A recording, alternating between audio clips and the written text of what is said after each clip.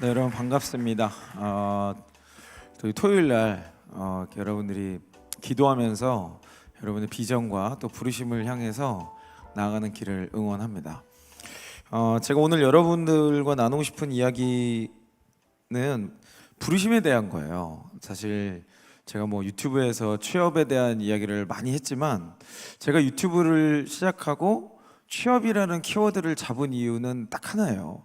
뭐 그걸로 뭐 제가 유명세를 탈 수도 없고 그거 한다고 뭐 어마어마한 떼돈을 벌거나 엄청난 무슨 사업이 되거나 이제 그런 건 아니고 그냥 제 부르심이기 때문에 그렇습니다. 제 부르심은 부르심의 이제 영역이 여러 가지가 있는데 대한민국 청년들을 좀 깨우고 이들과 함께 이제 미래의 대한민국을 미리 준비하는 리더들을 키우는 게 저의 되게 중요한 사명이에요. 그래서 저는 제가 왜 회사 생활을 그렇게 치열하게 했고 또 말도 안 되는 일반적인 사람들이 경험할 수 없는 그런 어떤 과정들을 겪었는가를 지금 시간을 돌아보면 정말 하나님이 한치 오차도 없이 완벽한 플랜으로 나를 인도하셨구나라는 것들을 항상 느낍니다. 여기 계신 여러분들 모두도 당연히 그런 퍼펙트 플랜이 있을 거라 생각이 들고요. 그거를 의심하지 않는 게 제일 중요한 것 같아요. 그거를 믿고 나아가셔야 될 것 같고 정말 하나님이 나를 어떻게 인도하시는가에 대해서 부르심이라는 한 가지 키워드만을 절대 놓지 말고 끝까지 가셨으면 좋겠습니다. 제가 앞으로 일어날 몇 가지 일들을 좀 여러분들과 먼저 나눌게요. 뭐 제가 뭐 예언가도 아니고 뭐 점쟁이도 아니고 뭐 아무것도 아닙니다. 저는 방구석 유튜버예요. 근데 방구석 유튜브를 하면서 제 별명 중에 하나가 아시는 분은 아시겠지만 형스트라다무스입니다. 제가 여러 가지 예측했던 내용들이 정확히 다 맞아떨어졌죠. 제가 경제 성장률이 꼬꾸라질 것이다. 그리고 우리나라의 그 취업 문제는 더 심각해지고 뭐 이런 일이 있을 것이다 라고 그냥 제 시야에서 보이는 것들을 이야기를 했는데 결과적으로 돌아봤을 때는 다 너무 적중했어요. 그때 뭐 정부, 뭐 대학 교수님들, 뭐 이런 일자리 전문가들이라고 소위 말하시는 분들, 뭐 이런 분들이 뭐 여러 형태로 말씀은 하셨지만 사실 저는 좀 반대 의견을 많이 냈었고 앞으로 제가 이제 여러분들과 나누게 될 이 변화들은 사실 뭐 저만의 뭐 엄청난 예측이나 이런 게 아니고 그냥 모두가 다 아는 사실이에요. 근데 참 안타까운 거는 모두가 알고 있고 당연한 건데 이거를 진짜 내 삶의 영역으로 받아들이는 거 아닌가가 더 중요한 것 같아요. 뻔히 아는데 관심 없이 사는 거죠. 뻔히 아는데 관심 없이 사는 거예요. 예수님을 정말 믿는다면 예수님이 구주이시죠. 예수님이 나의 주인 되시죠. 그렇죠? 여러분 이거 다 믿으십니까? 네, 아멘이시죠? 근데 예수님과 상관없는 삶을 사는 경우가 많아요. 교회는 다니지만 실제로 예수님을 안 믿는 경우도 굉장히 많고 예수님을 믿는다고 말은 하지만 내 삶의 많은 영역은 아직 내가 살아있고 내 안에 계신 예수께서만 사시는 삶이 안 되는 경우가 참 많아요. 저는 이게 다 똑같은 것 같아요. 모든 삶의 연속이고 연습이고 훈련인 것 같아요. 제가 지금 보고 있는 여러 가지 변화들, 일자리와 관련된 거 몇 가지 말씀을 드릴게요. 제가 유튜브에서도 뭐 많이 말씀을 드렸어요. 그래서 그 유튜브를 많이 보세요. 면접왕이 형 채널. 요즘에는 이제 퇴사한이 형이라는 채널이 더 성장을 아주 급성장 중입니다. 그건 이제 직장인들을 위한 채널인데 둘 다 보세요. 구독과 좋아요, 알람 설정 해두시면 큰 변화가 있을 겁니다. 제가 여러 가지 말씀드렸는데 그걸 좀 제가 요약을 좀 해드릴게요. 첫 번째는 모든 채용은 수시채용으로 바뀐다는 겁니다. 이제는 공채는 없어져요. 이미 없어졌죠. 이제 우리나라의 기업 중에는 삼성 하나 딱 남았어요. 대기업은 이미 다 없어졌습니다. 근데 제가 이 이야기를 3년 전부터 했거든요. 이제 우리나라 공채 없어집니다. 공채 준비하지 마세요. 빨리 수시채용으로 전환하세요. 그래서 제가 그때부터 필살기라는 걸 준비하라고 목이 터지게 외쳤어요. 근데 그때는 아무도 안 믿더라고요. 아니 무슨 소리냐, 지금 대기업들 다 공채하고 있는데 당신 뭐 알지도 못하는 사람이 격소리하냐. 그런데 결국 어떻게 됐죠? 코로나 전부터 이미 뭐 LG도 그랬고 그 이전에 이미 수시채용을 발표했어요. 근데 코로나가 발발하면서 이제는 어쩔 수 없이 다 바뀐 겁니다. 모든 기업 인사팀은 수시채용 전환을 약 7, 8년 전부터 이미 준비하고 있었어요. 그 뭐 아는 사람은 다 알아요. 그 내용도 이미 다 준비하고 있었고 사실 수시채용이라는 거는 경제가 악화돼서 하는 게 아니에요. 그게 아니고 이게 원래 글로벌 스탠다드입니다. 우리나라가 되게 이상한 거예요. 그러니까 저는 이제 우리나라가 뭐 되게 다들 선진국인 줄 아는데 제가 보기에 우리나라는 지금 너무 뒤쳐져 있어요. 아주 심각해요. 저는 우리나라를 기도하고 묵상할 때마다 너무 답답해요. 핵고구마 미쳐버리겠어요. 잠도 안 와요. 여러분들은 잠이 잘 오시죠? 전 잠이 안 와요. 이래서 우리나라가 어떻게 미래 경쟁력을 갖출 것인가. 대한민국 청년들이 전부 다 공무원만 준비하고 있는 이 안타까운 상황에서 대체 우리나라의 미래는 어떻게 될 것이냐. 기업을 간다고 준비하는 사람들이 왜 기업을 가느냐? 연봉 때문에 간다. 사회적 지위 때문에 간다. 이런 월급쟁이들밖에 없는데 어떻게 미래 경쟁력이 있을 것인가? 워라밸이 최고의 가치인데 어떻게 미래 경쟁력이 있을까? 여러분 눈을 조금만 들어보세요. 미국의 실리콘밸리에 있는 사람들이 다 대단한 사람들이 아니에요. 여러분이랑 똑같은 사람들이거든요. 그 사람들 어떻게 일하는지 한번 보세요. 이스라엘에 있는 청년들이 어떻게 일하는지 보시라고요. 저는 매년 이스라엘 왕래하거든요. 거기 있는 사람들은 뭐 다 본다고 할 수는 없지만 그 사람들이 어떻게 살고 있는지를 봐요. 그러면 우리나라의 청년들의 라이프 스타일과 그들의 라이프 스타일을 비교해 보면 비교는 나쁜 거예요. 이 형님 교회인데 비교하지 마세요. 뭐 이런 분들이 있는데 그거는 뭐 그래요. 그 사람의 인격을 비교하는 게 아니라 저는 경쟁력을 얘기하는 거예요. 글로벌 스탠다드로 가야 되거든요. 근데 너무 지금 격차가 점점 더 벌어지고 있어요. 마인드에서부터 우리나라의 제도, 정책, 교육, 시스템 모든 게 뒤처지고 있어요. 우리나라가 뭐 IT 강국이라고 뭐 아직도 우기시는 분들이 있는데 우리나라는 IT의 후진국입니다. 우리나라가 IT 강국이라고 불렸던 것은 딱 10년 전까지 그 네트워킹이 빨라져서 인터넷 속도가 빠른 거 하나밖에 없어요. 그거 이외에는요 우리나라가 IT 강국이라고 말할 수 있는 게 제가 보기에는 없는 것 같아요. 이해도 낮고 이걸 어떻게 활용해야 될지도 몰라요. 그래서 저는 우리 모두가 쓰고 있는 그 이웃이죠. 이웃. 안 씁니다. 안 써요. 제가 그걸 쓰는 순간 도메스틱에 걸려버려요. 글로벌하고 지금 너무 격차가 심해요. 구글하고 게임이 안 돼. 그래서 저는 모든 도구를 다 이제 그 실리콘밸리에서 쓰는 것만 쓰거든요. 그런 걸 선별해서 써야 돼. 써봐야 이런 격차가 크구나. 이런 차이가 있구나라는 거를 충격을 받고 그럼 우리는 앞으로 어떻게 나가야 되는가를 여러분이 깨달으셔야 되는데 거기에는 아무도 관심이 없어요. 우리나라 대학 교육은 이미 공교육은 무너졌습니다. 공교육은 이미 끝났어요. 대학 교육도 제가 보기엔 경쟁력이 없어요. 우리나라의 AI 관련된 논문 편수가 세계 몇인지 아세요, 여러분? 중국하고 비교가 안 돼요. 여러분 중국 되게 무시하시죠? 제가 그 이제 인사 책임자로 일을 하면서 중국을 굉장히 많이 왕래를 했었어요. 뭐 미국이나 일본, 중국 뭐 이런 데를 제가 다 관리를 했기 때문에 중국 굉장히 많이 가는데 제가 중국을 한창 왕래했을 때가 한 5년 전이었거든요. 그때 이미 중국에는 전부 다 QR 이 핀테크로 모든 걸 다 결제를 하더라고요. 심지어 그 집 앞에 있는 그 닭꼬치, 거긴 닭꼬치가 아니죠. 쥐꼬치 뭐 이런 거 있잖아요. 그것조차도 이걸로 핸드폰으로 모든 걸 결제하더라고요. 그래서 제가 그때 그걸 보고서 너무 충격을 먹었어요. 저는 이제 제가 건설회사도 인사팀장을 했기 때문에 건설에 대한 관심도 많고 건설을 바라보는 시야가 좀 있거든요. 근데 거기 가서 딱 봤더니 고가가 있고 그 고가 위에 또 고가가 있고 그 위에 또 고가가 있더라고요. 제가 그 모습을 보면서 토목 기술이 우리보다 훨씬 앞서 있구나. 그리고 건물을 50 몇 층짜리 건물을 딱 19일 만에 완공하는 걸 보고 충격을 받았어요. 그게 5년 전 얘기입니다. 지금 중국에서는요 3D 프린팅으로 건물을 짓고 있어요. 우리나라는 상상도 못합니다. 이해를 못해요. 시작도 못해요. 왜 못하는지 아세요? 법이 후진화되어 있어요. 건축법의 다불법입니다. 못해요. 혁신을 하고 싶어도 아무도 못해. 그래서 뭐 이걸 규제를 척파하자고 막 얘기는 하지만 된 게 아무것도 없어요. 자, 혹시 이 방송을 보고 계시는 여기 앉아 계신 분 중에 내가 공무원이 되려고 한다, 준비한다라면 이런 분들이 하셔야 되는 거예요. 우리나라의 후진화된 제도나 정책을 세계 수준으로 끌어올릴 부르심 있는 자, 그것 때문에 나는 공무원을 해야 돼, 이런 사람이 공무원이 되는 거예요. 근데 공무원은 왜 하려고 그래? 안정적이니까, 모두가 다 좋다고 하니까. 어차피 딴 데 지금 경쟁이 너무 치열해. 나는 경쟁 싫어, 경쟁 피하고 싶어. 이거는요 그냥 회피하는 거예요. 회피. 제가 이따가 말씀드리겠지만 제가 여러분들을 정죄하려 한다거나 여러분들은 막 왜 그래 막 이렇게 제가 하는 게 아니에요.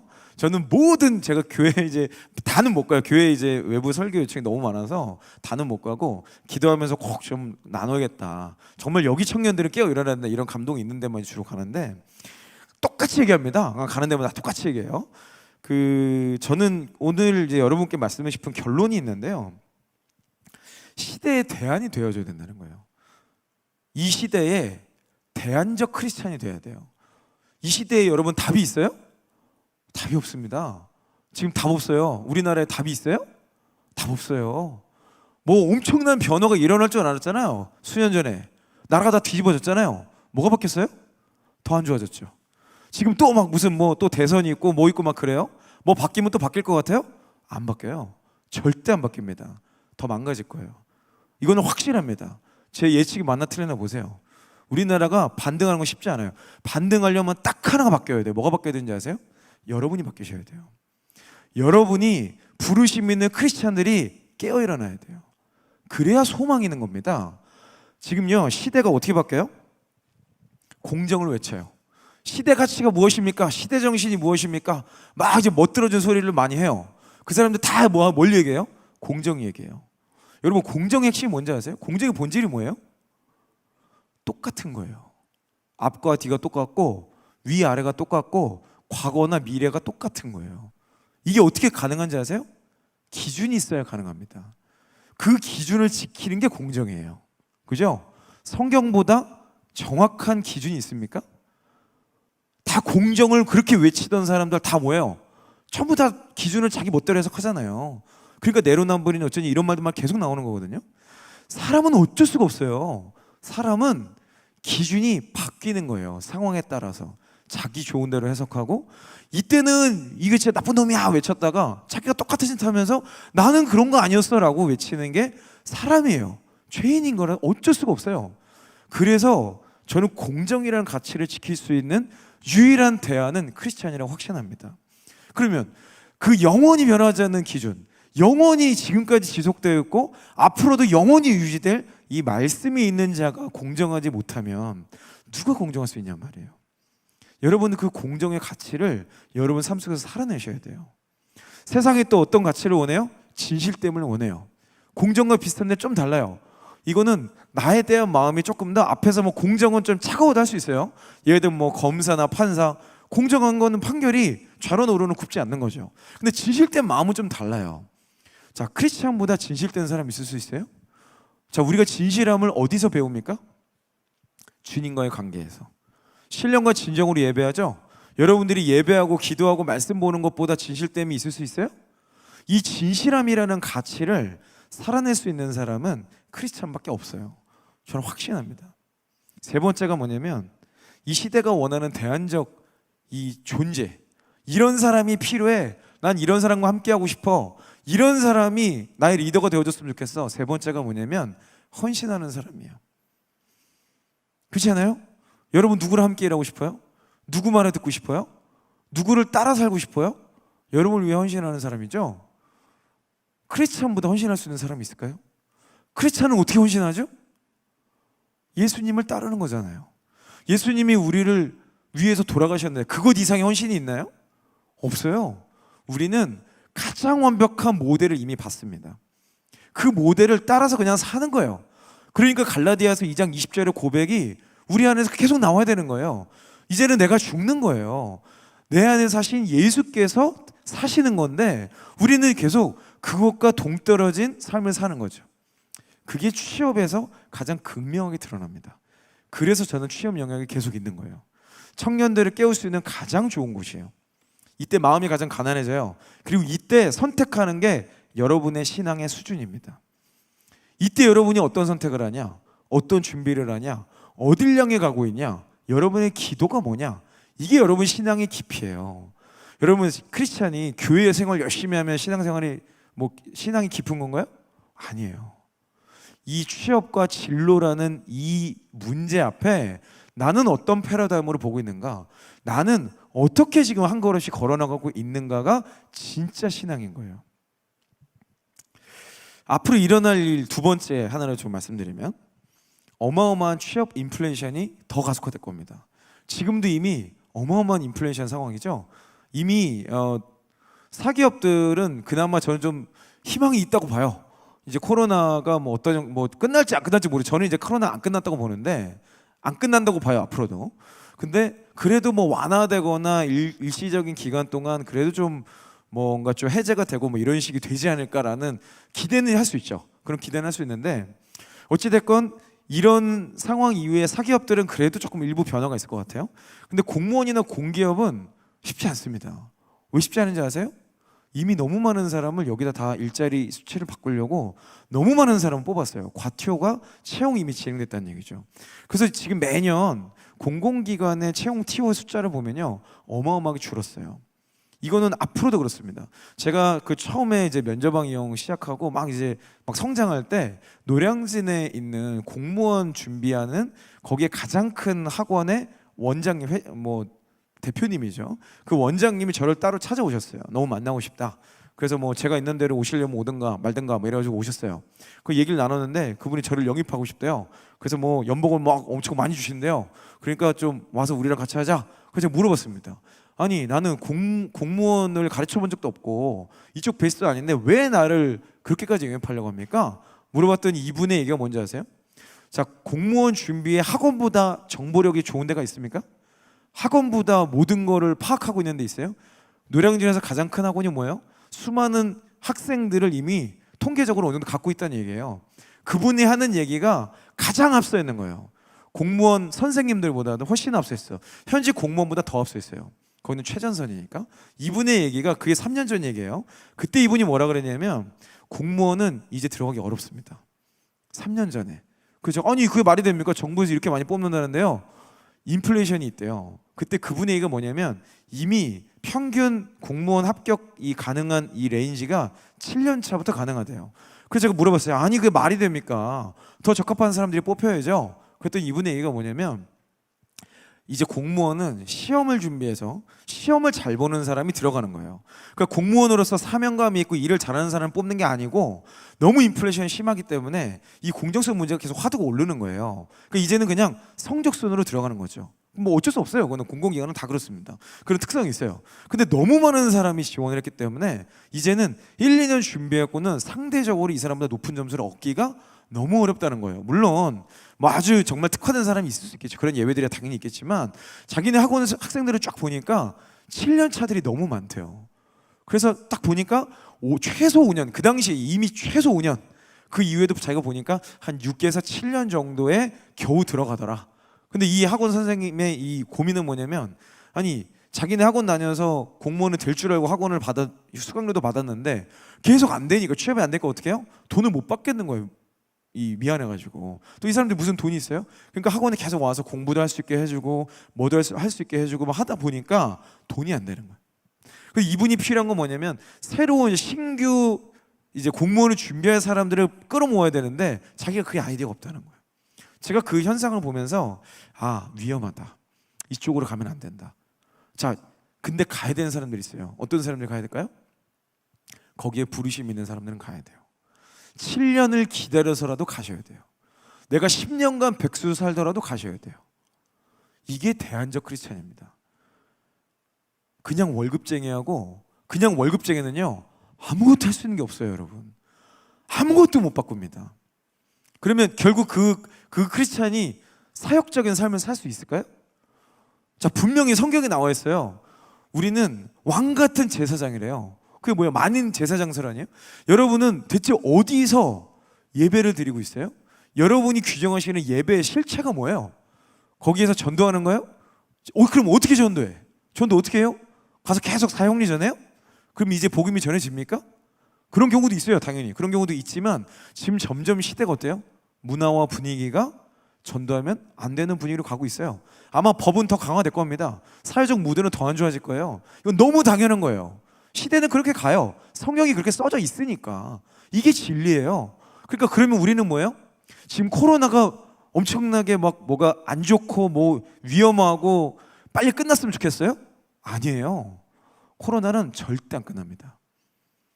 제가 무슨 뭐 감염학자도 아니고 제가 무슨 뭐 예언가도 아니고 제가 이렇게 말씀드리는 이유는 뭐냐면 시대가 점점 더 악해질 거라는 성경 말씀 때문이에요. 코로나가 진짜 위험하냐 아니냐 뭐 모르겠어요. 그거는 뭐 여러 사람의 의견 견해가 다 달라요. 코로나 때문에 죽는 사람보다 백신 때문에 죽는 사람이 더 많아요. 근데 왜 백신 맞아야 돼? 이런 질문하는 사람들이 많죠. 그러니까 뭐가 맞는가에 대해서는 이거는 뭐 견해가 있을 뿐이지 뭐가 진리는 아니에요. 근데 진짜 우리가 유일하게 맞다라고 말할 수 있는 건 뭐예요? 성경은 진리예요. 점점 세상은 악해집니다. 점점 악해져요. 그러면 이런 여러 가지를 이용하는 세력도 생길 거고 여러 가지 분별하기 어렵고 더 혼미하게 만들 거예요. 그럼 우리는 어떻게 해요? 더 말씀으로 들어가야죠. 유일한 진리는 성경밖에 없어요. 그러니까 코로나라는 이름이 바뀔 뿐이지 이걸로 우리를 통치하거나 우리를 옥죄려 하거나 우리를 조종하려는 노력과 시도들은 앞으로도 계속 있는 거예요. 이게 뭐 기술일 수도 있고 뭐일 수도 있고 뭐 그냥 감염병만으로 봐도 지금 우리나라도 보세요. 이미 그 사스가 제일 먼저 시작됐었죠. 그 다음 뭐예요? 몇 년 뒤에 메르스 왔죠. 지금 코로나 왔죠. 점점 더 주기는 짧아지고 강력해지고 있어요. 역사는 반복되고 시간이 지날수록 이 주기는 더 짧아지거든요. 그러면 이게 끝나면 뭐해? 코로나 다 종식될 거라고 했는데 델타 변이 돌파 감염 막 일어나잖아요. 이스라엘, 영국 무슨 집단 감염 됐다 그랬는데 지금 난리 났잖아요. 그러니까 이런 일들은 계속되냐 안 되냐는 우리에게 전혀 중요한 이슈가 아니에요. 우리에게 중요한 이슈는 뭐예요? 이런 상황에서도 순결함을, 정결함을 유지할 수 있는가? 이런 상황에서도 예수님과 친밀할 수 있는가? 이런 상황에서도 세상이 언론이 뭐라고 얘기하든 정치권이 뭐라고 얘기하든 우리는 그리스도의 편지로, 대사로 향기를 풍길 수 있는가? 결국 이것만 남는 거예요. 그러면 저는 여러분이 질문한, 여러분은 지금 어떤 행위로, 어떤 관계로, 어떤 진로로 대제사장의 역할을 감당하고 있냔 말이죠. 어디에서? 교회에서요? 여러분 교회 맨날 모이면 뭐예요? 안 믿는 사람들은 여러분 뭐 하는지도 몰라요. 안 믿는 사람들은요, 교회가 이미 코로나의 온상이 됐어요. 밖에서는 괜찮은데 교회만 오면 코로나 바이러스가 활기치는 걸로 다 얘기해놨어요. 목사가 먹사가 됐고요, 집사가 잡사가 됐어요. 이거는요 안 바뀐다니까요. 더 심해져요. 여러분이 아무리 뭐 변명 필요 없어요. 말은 안 돼요. 이제 딱 하나가 남는 거예요. 내 삶의 열매. 여러분은 어디에서 어떤 열매를 맺을 거냔 말이에요. 이것 때문에 진로를 선택해야 되는 거예요. 월급 때문에 하는 순간 여러분은요 못합니다. 그냥 월급쟁이에요. 일과 삶이 분리돼. 워라벨이요 사탄의 언어입니다. 저는 확신해요. 우리가 크리스찬조차도 이거를 헷갈려. 왜요? 일은 일, 교회는 교회, 이원론을 가중시키는 아주 강력한 의미입니다. 그러니까 제가 보기에 지금 이 시대의 사역은, 진짜 사역은 뭐가 돼야 되냐면 일터에서 관계성을 가지고 전도를 해야 진짜 전도가 돼요. 근데 우리의 머릿속에 이미 워크와 라이프는 분리되어 있어. 우리는 또 뭐가 분리되어 있어요? 여기에 워크와 라이프와 페이스가 분리되어 있어요. 세 개가 다 분리되어 있어. 신앙은 교회 와서 하는 거, 내 라이프는 집에서 넷플릭스 보고 유튜브 보고 게임 보고 이상한 거 보고 뭐 술 마시러 돌아다니고 이런 짓거리 다 해. 그리고 일은 월급 벌러 가는데. 자, 대체 어디서 여러분은 예배 드리시고 있죠? 대체 어디서? 왜 성경에 제사보다 순종이 낫다고 했을까요? 왜 기도 골방에서 하고 뭐 거기서 그 유대인들 옥소독스 주의 시대, 지금도 이스라엘 가보세요. 그 사람들요 엄청 기도 열심히 합니다. 근데 그 사람들 그렇게 기도 열심히 하고 율법 다 지키고 성경에 있는 거 다 지키는데도 예수님은 못 만났어요. 너무 불쌍하지 않아요? 그 인생 너무 불쌍해요. 우리가 아무리 주일 성수해도 주일 성수 하지 말라는 얘기가 아니에요. 그것에 대해서 코로나 때문에 뭐 주일 예배 안 드리고 이걸 합리화시켜 드리는 게 아니고, 우리가 아무리 교회 생활 열심히 하고 아무리 뭐 성경을 하루에 일독을 한다 그거 불가능하지만 하루에 일독을 한다 치더라도 내 삶의 열매가 없잖아요. 그건 그냥 종교 생활이에요. 그냥 종교 생활. 그 이상도 이하도 아니에요. 그렇게 종교 생활하는 수많은 사람 중에 예수님 모르는 사람 많아요. 여러분 불교 스님들도 성경책 읽어요. 저 무슬림들 보세요. 무슬림들도 성경책 다 알아요. 그렇다고 그 사람들이 신앙인인가요? 그 사람들이 예수님 알아요? 예수님과 상관없는 자들이에요. 우리가 그렇게 살면 안 되잖아요. 결국에 우리의 직업과 진로는요 세상 기준과는 완전히 다른 차원으로 가야 됩니다. 자, 앞으로 일어날 세 번째 변화는요 직업의 대체 현상이 일어난다는 거예요. 뭐에 의해 대체가 됩니까? 머리를 쓰고 분석하고 로직에 따라서 로지컬하게 바꾸는 건요 AI가 전부 다 대체합니다. 다 대체요. 여러분이 지금 그냥 뭐 이렇게 지원할 수 있는 대다수의 직무는 그냥 어차피 없어집니다. 그건 당연한 얘기예요. 너무 당연합니다. HR에서는 이거 당연한 화두예요. HR 영역에서 화두가 되잖아요. 그럼 보통 10년에서 20년 내에 그 일들이 그냥 뉴 노멀이 돼요. 노멀이 되는 거예요, 그게. 저는 뭐 당연히 그럴 거라 생각해요. HR이라는 것도 다 대체돼요. 거기에 아주 소수만 남아요. 정말 HR의 본질에 맞는 사람만 남아요.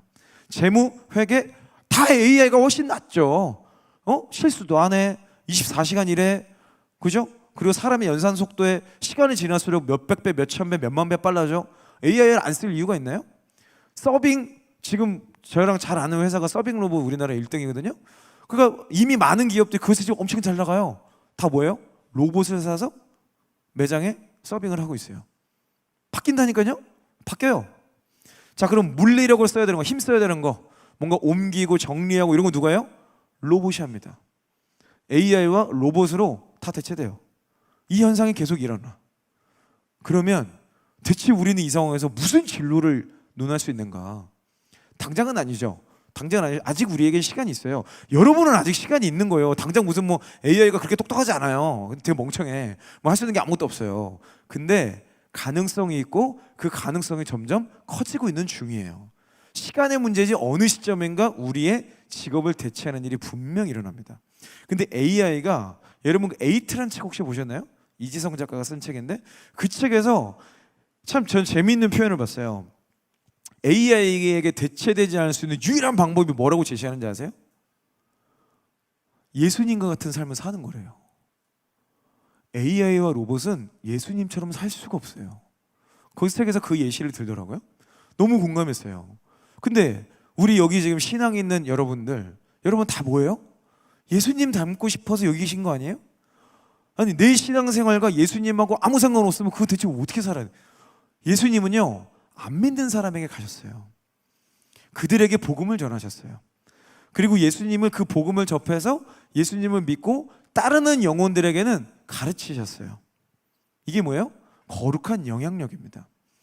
여러분들은 여러분 삶의 영역에서 거룩한 영향력을 갖추셔야 돼요. 자, AI와 로봇으로 대체되지 않는 삶, 이제는 세상도 이렇게 얘기합니다. 예수님과 같은 삶을 살아라. 이게 뭐죠? 다른 영혼을 섬기는 삶이에요. 그 영혼을 위해서 내 거를 내어주는 삶이에요. 제가 지금 하는 일이 뭘까요, 여러분? 제가 유튜브에서 하는 일이 있어요. 제가 왜 유튜브를 시작했는지 아세요? 처음에 저는 제가 이제 제 일하고 잘 모르시는 분도 있을 텐데 저는 이제 이랜드라는 회사에서 인사 책임을 했었어요. 그래서 이제 뭐 CHO라고 하는 자리에 제가 잘해서가 아니고 그 당시 상황이 좀 굉장히 긴박하게 돌아가면서 말도 안 되는 발탁이 됐어요.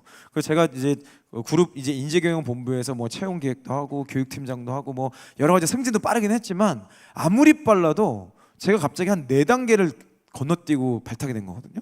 그래서 이제 상무 포지션에 제 동기들은 다 대리였고 저만 차장이었어요. 그동안 제가 갑자기 상무 포지션 올라간 거죠. 승진하게 됐는데 그때 제가 여러 가지 쭉 보면서 많은 것들을 이제 알 수 있었어요. 많은 사람들을 만났죠. 그리고 저는 경험도 많고 또 취업이나 채용 관련된 일을 너무 많이 했기 때문에 제가 퇴사를 하고 나오면 물론 이제 퇴사의 백그라운드에 또 많은 스토리가 있는데 오늘 이제 거기까지는 못 나눌 것 같고 기도하는 가운데 주님이 저한테 얘기하시는 거예요. 기도를 하면 여러분 주님 음성 들으시죠? 주님이 저한테 분명히 말씀하시는 거예요. 아들아, 대한민국의 청년들을 위해서 네 인생을 걸어다오. 대한민국 청년들이 어려움에 빠질 것 같은데 빠졌는데요, 정확하게 빠졌는데 네 인생을 헌신해다오. 그래서 저는요 그때가 36살이었거든요 36세에 대기업의 인사 최고 책임 위치에 올라갔어요.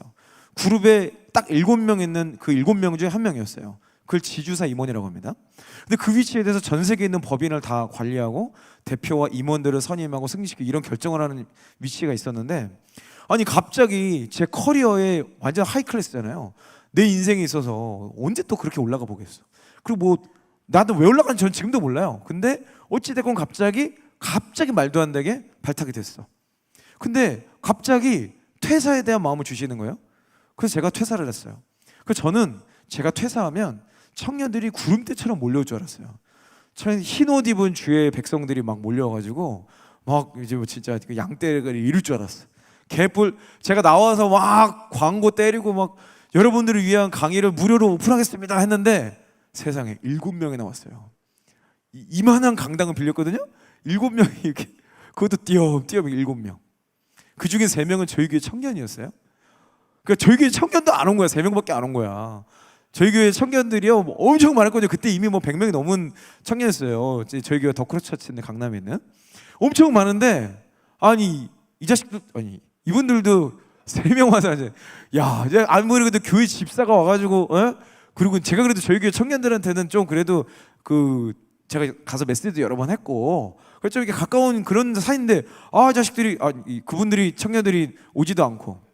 그래서 저는 그날 알았어요. 와 이게 너무 다르구나. 근데 그때 제가 그 강의를 하면서 제가 왜 유튜브를 시작했는지 배경을 좀 말씀드리는 건데, 제가 그 취업이라는 시장을 쭉 보니까요 돈을 벌 수 있는 방법이 되게 심플하더라고요. 뭔가 있는 것처럼 이야기를 하고 유료 결제를 시켜서 강의를 듣게 만들어야 돼. 강의비가 비싸요. 그래서 그 당시에 뭐 제가 이제 그 당시에 이제 페이스북이 우리나라의 대세였어요. 이미 해외는 다 유튜브가 대세였는데 우리나라는 항상 느려요. 느려서 그때는 유튜브가 뭐 알려지도 않을 때였어요. 사람들 잘 보지도 않고 그 유튜브 그거 뭔데 뭐 이럴 때였어요. 근데 페이스북을 그때 이제 메인이가 페이스북 봤는데 갑자기 뭐 어떤 사람이 나와서 막 뭐 초록색 칠판에다가 뭐 자소서를 이렇게 써야 되고 면접을 어쩌야 되고 막 말을 하다가 이거 합격하는 방법은요. 근데 갑자기 띠리리리 끝나면서 더 보고 싶다면 유료 뭐 이런 식이야. 그래서 제가 그걸 보면서 야 이런 진짜 이 자식들 내가 다 없애버리겠다. 거룩한 분노가 일었어.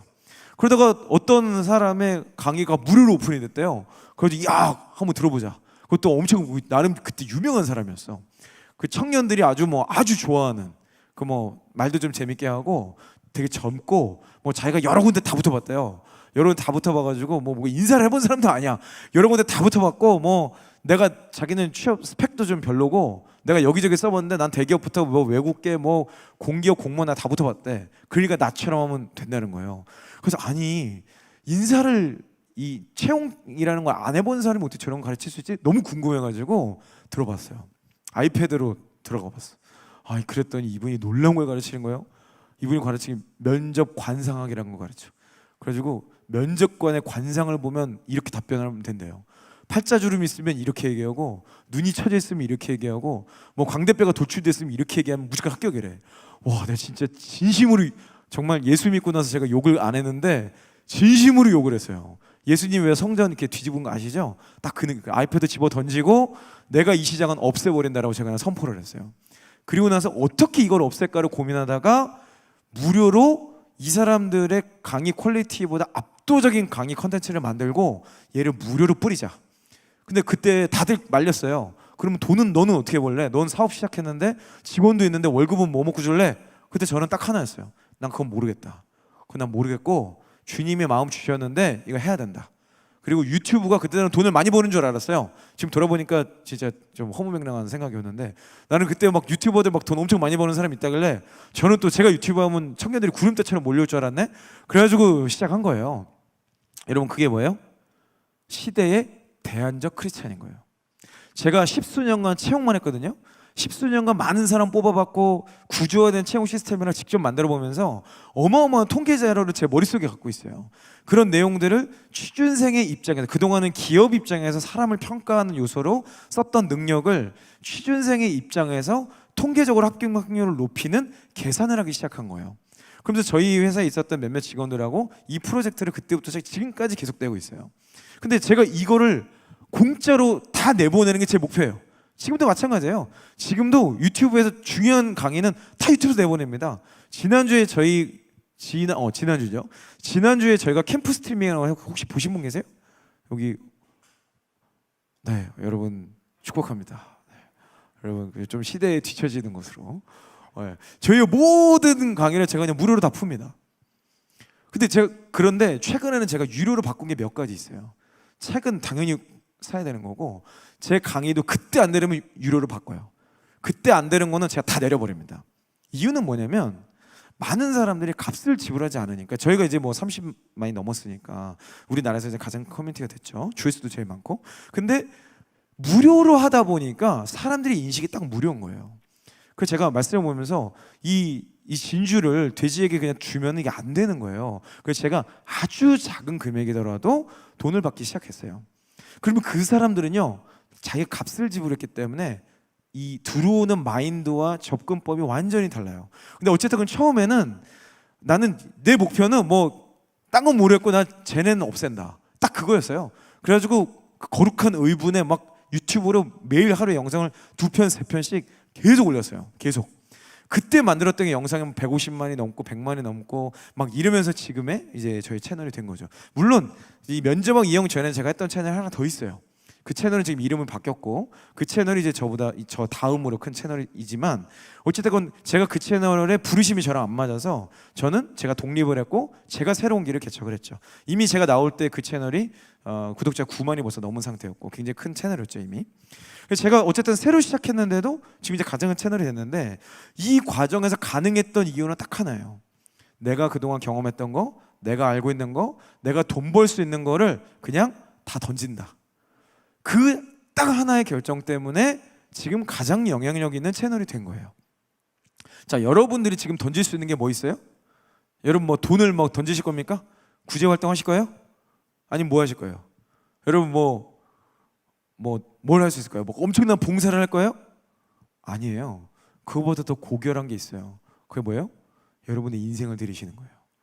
인생 그러면 또 그렇지 나는 인생 또 이렇게 생각하는 분도 있어서 제가 헷갈리지 않게 정확하게 말씀드릴게요. 여러분의 시간을 드려야 돼요. 여러분 시간이 목숨입니다. 시간 허비하지 마세요. 시간을 어떻게 보내는가가 그냥 여러분이에요. 내가 하루에 몇 시간이나 말씀 보고 있는가? 하루에 몇 시간이나 주님과 교대하는 기도하고 있는가? 하루에 몇 시간 예배드리고 있는가? 그냥 여러분의 모든 것이에요. 근데 많은 사람들이 교회 나오면 되는 줄 알아요. 여러분 일주일 168시간을 분석해 보세요. 일주일에 몇 %나 주님과 교제하고 있는지. 아마 엄청나게 의식하지 않으신 분들은 5%도 안 될 겁니다. 여러분 11조 열심히 하시죠. 근데 왜 시간은 11조 안 하시죠? 자, MZ세대 여러분, 여러분은 돈이 중요합니까? 시간이 중요합니까? 이렇게 물으면 또 돈이 중요하면 이렇게 얘기하시는 분들이 있는데, 하루에 22시간 일하고 연봉을 5억 받는 사람하고 하루에 2시간 일하고 연봉 1억 받는 직업하고 여러분 뭘 선택하시겠어요? 당연히 후자죠. 너무 갭이 큰가? 그리고 또 가끔씩 저는 그래도 5억입니다 뭐 이런 분들이 있어서 제가 좀 당황스럽긴 한데, 이거는요 세대의 너무나도 자연스러운 흐름이에요. 흐름. 여러분들이 지금 기업에서는 여러분이 다 골칫덩어리예요. 아마 직장 다니시는 분들은 아실 텐데 미안해요, 너무 솔직하게 얘기해서. 여러분들이 다 골칫덩어리야. 왜요? 말귀도 못 알아들어? 지멋대로 해? 맨날 워라밸 따지면서 회사의 문화에도 적응 안 하려고 그래? 헌신도 안 해. 지 것만 챙겨. 그러니까 이게 기성세대 시에서 본 모습이에요. 그래서 제가 운영하는 출판사에서 최근에 조이 앳 워크라는 책을 냈어요. 근데 그 책의 핵심 내용이 뭐냐면, 제가 쓴 책은 아니고 미국의 굉장히 유명한 발전사의 CEO 얘긴데 말씀으로 만들어진 책이에요. 그분이 진짜 성경적으로 기업을 운영하기 위한 자신의 노력들을 이제 간증처럼 쭉 풀었던 내용. 지금 이제 미국에서도 굉장히 의미 있고 존경받는 기업이 됐죠. 근데 그 기업에 나왔던 제가 그 맨 앞에 서문을 제가 썼어요. 서문이 아니라 추천사. 거기 제가 뭐라고 썼냐면, 이 책은 청년들을 위한 책이 아니고 이 나라의 리더십들을, 이미 있는 리더십들을 위한 책인데, 제가 거기서 딱 몇 줄을 그렇게 적었어요. 여러분들이 알고 있는 MZ세대는 그렇게 멍청한 사람들이 아닙니다. 이 사람들은 그 역사상 그 어떤 세대보다 가능성 있는 세대입니다. 다만 당신들이, 우리가 못 알아볼 뿐입니다라고. 제가 그게 핵심이에요. 저는 그게 맞다고 봐요. 왜냐하면 저 때까지만 해도 라떼 이즈 호스, 나 때까지만 해도, 저 세대까지만 해도 관행이라는 거가 괜찮았어요. 아니 그럴 수 있지 뭐. 일하다 보면 뒷돈도 좀 주고받을 수 있는 거고, 아이고 저 사람 저기 금수저인데 금수저는 당연히 좀 딱지도 안 떼고 좀 이렇게 잘 해주고 그런 거 아니야? 이해가 됐어. 그런 게 공정이라는 기준이 달랐어요. 그리고 조금 오래 걸려? 늦게까지 막 야근해? 할 일 없지만 야근해? 회사가 문화가 그런데 주말 출근? 당연히 해야지. 이게 당연했어. 지금 여러분 그게 당연해요? 아니에요. 그리고 그때 저 때까지만 해도 우리나라에 기본적인 통념이라는 게 있었어요. 그 통념을 그냥 자연스럽게 받아들였어. 근데 지금은 그게 안 돼요. 왜 그렇죠? 여러분들은 세술이고 세부되기 때문에 그렇습니다. 근데 제가 저희 회사 직원들이 다 아마 여러분 또래요. 20대 후반이거든요. 20대 후반, 30대 초반. 저는 경력 직원을 안 뽑아요. 경력 직원이라 봐야 별 도움이 안 돼요. 그냥 생신입을 뽑아서 그들을 가르치면 2년 내에 한 5년 차, 7년 차보다 훨씬 탁월한 사람이 돼 있습니다. 이미 뭐 저랑 2년 넘은 친구들은 뭐 시장에 나 엘리트라고 하는 사람 다 휘어잡고 있어요. 굉장히 탁월한 사람들이 됐는데 그 신이 제가 그 친구들하고 이야기하면서 제가 지금 그 친구들한테 뭐라고 하는지 아세요? 야, 나는 니네가 다음 세대인 줄 알았어. 너네가 완전히 여러분 죄송해요. 저희 직원들한테 한 얘기가 여러분한테 한 얘기는 아니에요. 너희가 그런 줄 알았어. 근데 내가 니네를 훈련시켜보고 니들과 함께 인생을 나누고 보니까 너네는 낀 세대인 것 같다. 진짜 다음 세대가 제가 뭐라고 결론 내렸는지 아세요? 코로나 이후 세대. 코로나를 기준으로 이전과 이후는 180도로 바뀝니다. 그러니까 지금 여러분 마스크 쓰고 있는 게 편해요? 벗고 있는 게 편해요? 이 코로나 이후에 태어난 아이들은 마스크를 쓰고 있는 게 편할까요? 벗고 있는 게 편할까요? 마스크를 쓰고 있는 게 편합니다. 제 딸이 지금 이제 7개월 됐거든요. 7개월 꼬마야. 아직 마스크를 못 쓰는데 돌만 돼도 마스크를 쓰더라고요. 얘네는요 태어나고 지금부터 벌써 머릿속에 인지가 되기 전부터 마스크를 안 쓰면 큰일 나는 줄 알고 자라요. 자, 여러분 지금 오프라인이 편해요? 온라인이 편해요? 지금 여기 나와 계시잖아. 그죠? 여러분 이미 끝났어. 여러분 이미 헌세대야. 여러분 다음 세대는요 오프라인으로 모이면 큰일 나는 줄 아는 세대예요. 삶의 모든 게요 코로나 이후는요 포스트 코로나는요 완전히 바뀝니다. 자, 그러면 지금 여러분들이 진로를 준비하는 지금 여러분은 뭘 선택하셔야 돼요? 다음 세대를 선택하셔야 돼요. 그들의 문화, 그들의 생각, 그들의 라이프 스타일을 이해할 수 있는 직무와 산업과 직장을 고르셔야 돼요. 근데 너무너무 놀랍고 충격적이고 안타까운 현상은 뭔지 아세요?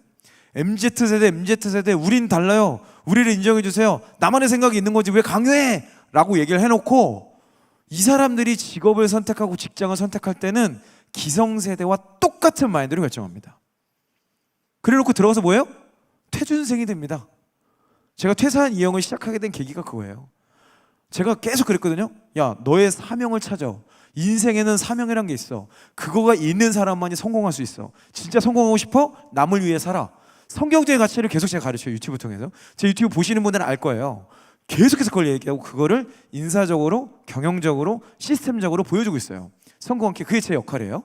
그래서 성경을 그들의 언어로 바꾸는 게 저의 기술인 거예요. 그건 저는 계속 연구하고 있죠. 그거 계속 얘기를 해. 근데 뭐 댓글은 제 그 채널에 있는 어떤 영상도 들어가 보시면 다 감사 댓글이 있습니다. 형님 덕분에 합격했어요. 대기업 갔어요. 뭐 어디 갔어요. 어째요. 그럼 제가 꼭 그래요. 제발 끝까지 갔으면 좋겠다. 거기서 뭔가 변화를 경험했으면 좋겠다. 근데 이 청년들 1년도 안 돼서 돌아옵니다. 면접왕 이용으로 구독 취소를 했다가 다시 구독해서 들어와요. 그러니까 저희 채널은 망할 수가 없어요. 저희 채널은 계속 증가합니다. 구독 취소도 열나 많아요. 구독 취소까지 다 포함하잖아요. 저희 채널 이미 40만이 넘었어요. 이미 예전에 넘었어. 지금 근데 31만이에요. 왜냐면 구독 취소가 많아. 구독 취소를 한 이유는 두 가지가 있어요. 첫 번째, 합격을 해서 구독 취소를 누를 때 묘한 쾌감이 있대요. 그래서 이거 뭐지? 구독 취소를 해야 뭔가 졸업한 느낌이래. 이 띠빠빠들이 진짜. 하여튼 그래, 그게 하나 있어. 너무 많이 합격을 하니까 구독 취소가 많아. 두 번째 이유는 뭐냐면 제가 너무 진리를 선포해요. 그리고 뭐 이거를 제가 애둘러서 얘기를 안 해요. 그러니까 날카롭게 지금 여러분이 하는 얘기랑 똑같이 합니다. 아마 제 채널을 정기적으로 보시는 분이 없다고 하실 겁니다. 할 말은 없지만은 보시는 분들은 알아요. 똑같이 얘기합니다. 지금 똑같이 얘기해요. 그리고 제가 최근에 올린 영상도 제가 기도하면서 받은 주님의 감동과 똑같이 던졌어요. 너희들이 왜 힘드냐? 제가 본 영을 그대로 보여줬어요. 우울함과 게으름이라는 영이 너희를 지금 휩싸고 있다. 그런 것들에 너희가 그냥 동의하는 순간 너희 인생 거기서 끝나는 거다. 제가 이 얘기를 하는 거예요. 다른 사람을 위해서 내 직업을 선택하는 거, 고객을 섬기기 위해서 그 산업에 들어가는 거, 그 직장의 월급 때문에 선택하는 게 아니라 저 기업이 하나님의 부르심 있는 기업인데 그 기업을 회복시키기 위해서 들어가는 거. 이런 사람은 세상에 감당할 수 있을까요? 세상은요 저 감당 못해요. 제가 지금 제 유튜브 채널 잘 보세요. 제가 지금 계속 어디에 메시지 보내고 있는지 아세요? 저는 정부에 메시지 보내고 있어요. 공공기관 인사 담당자들한테 메시지 보내고 있어요. 니들이 멍청해서 나라가 지금 망가졌다. 니들이 기도하지 않아서 지금 우리나라에 미래가 없다. 제발 깨어나라. 제 이 이야기를 듣고 제 영상을 보시면 아마 캐치가 될 거예요. 아무 생각 없이 보면은 저런 말을 왜 하지? 아마 이렇게 생각할 거예요. 근데 제 의도를 아는 사람은 보면 보입니다. 제가 하는 말 한마디 한마디에 그게 다 있어요. 저는 계속 메시지 던지고 있어요. 그리고 깨어있는 몇몇 사람들은 저희한테 연락을 줍니다. 그런 사람들하고는 저희가 어떤 연대를 하거나 필요하다면은 도움을 주고받고 하는 걸 하려고 그래요. 그래서 제가 계속 그래요. 이런 거 모르시면요 그냥 연락 주세요. 어설프게 하지 말고. 청년들을 위해서 돈 이렇게 많이 쏟아붓는다며. 근데 왜 아무도 도움 안 되는 헛짓거리를 하냔 말이에요. 저 그 얘기를 막 그냥 날카롭게 해요. 왜? 저는 제 고객들을 만나고 있으니까.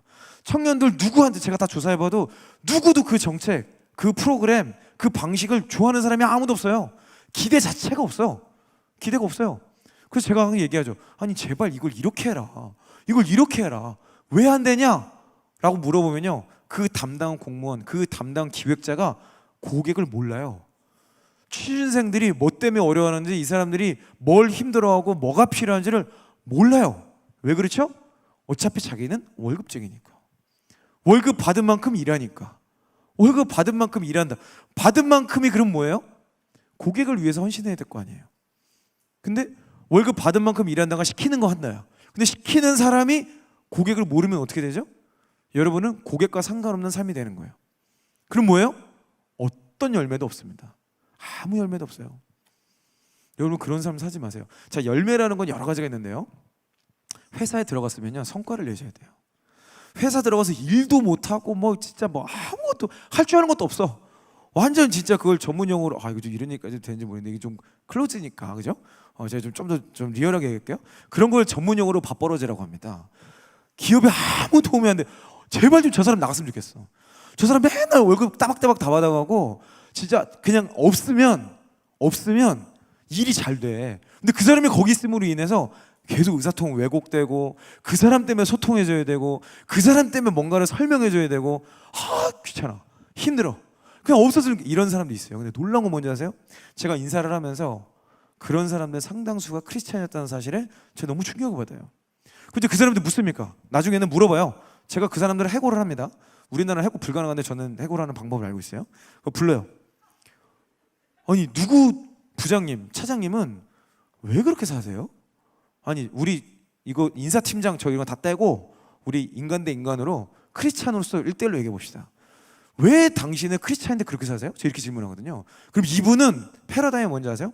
아니 신앙생활을 왜 지금 나한테 얘기하냐? 신앙생활은 교회에서 하는 거지 이렇게 얘기해요. 당신은 인사팀장으로서 나라고 얘기해. 그럼 저는 얘기해요. 저는 부장님 또는 차장님 또는 뭐 대리님을 위해서 저는 매일 기도합니다. 저는 당신이 바뀌길 기도하고 있어요. 근데 당신이 안 바뀌어서 안타까워서 질문하는 겁니다. 당신은 영향력이 있고 한때 능력이 있었고 이런 능력이 있는 사람인데 왜 일을 안 하세요? 왜 노력하지 않으세요? 왜 아무것도 안 하고 마치 세상의 모든 억울함을 혼자 다 뒤집어 쓴 것처럼 그러고 있으세요? 제가 질문하면 이분이 갑자기 아득해져요.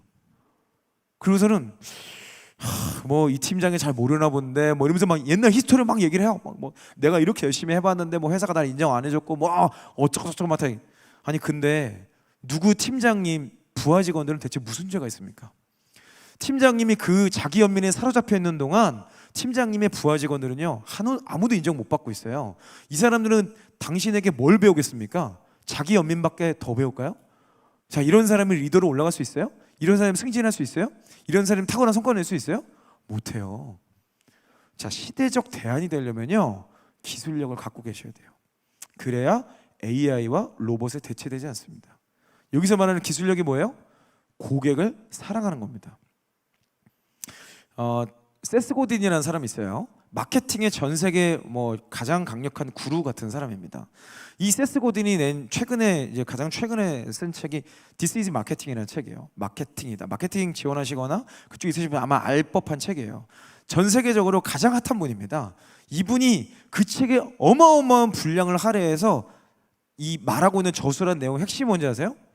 앞으로 지금까지 우리가 알고 있었던 모든 마케팅은 다 의미가 없다. 이제 앞으로 살아남는 마케터는 딱 하나만 살아남는다. 고객을 사랑하는 사람이다. 자, 여러분 어때요? 그 사람이 크리스찬이에요?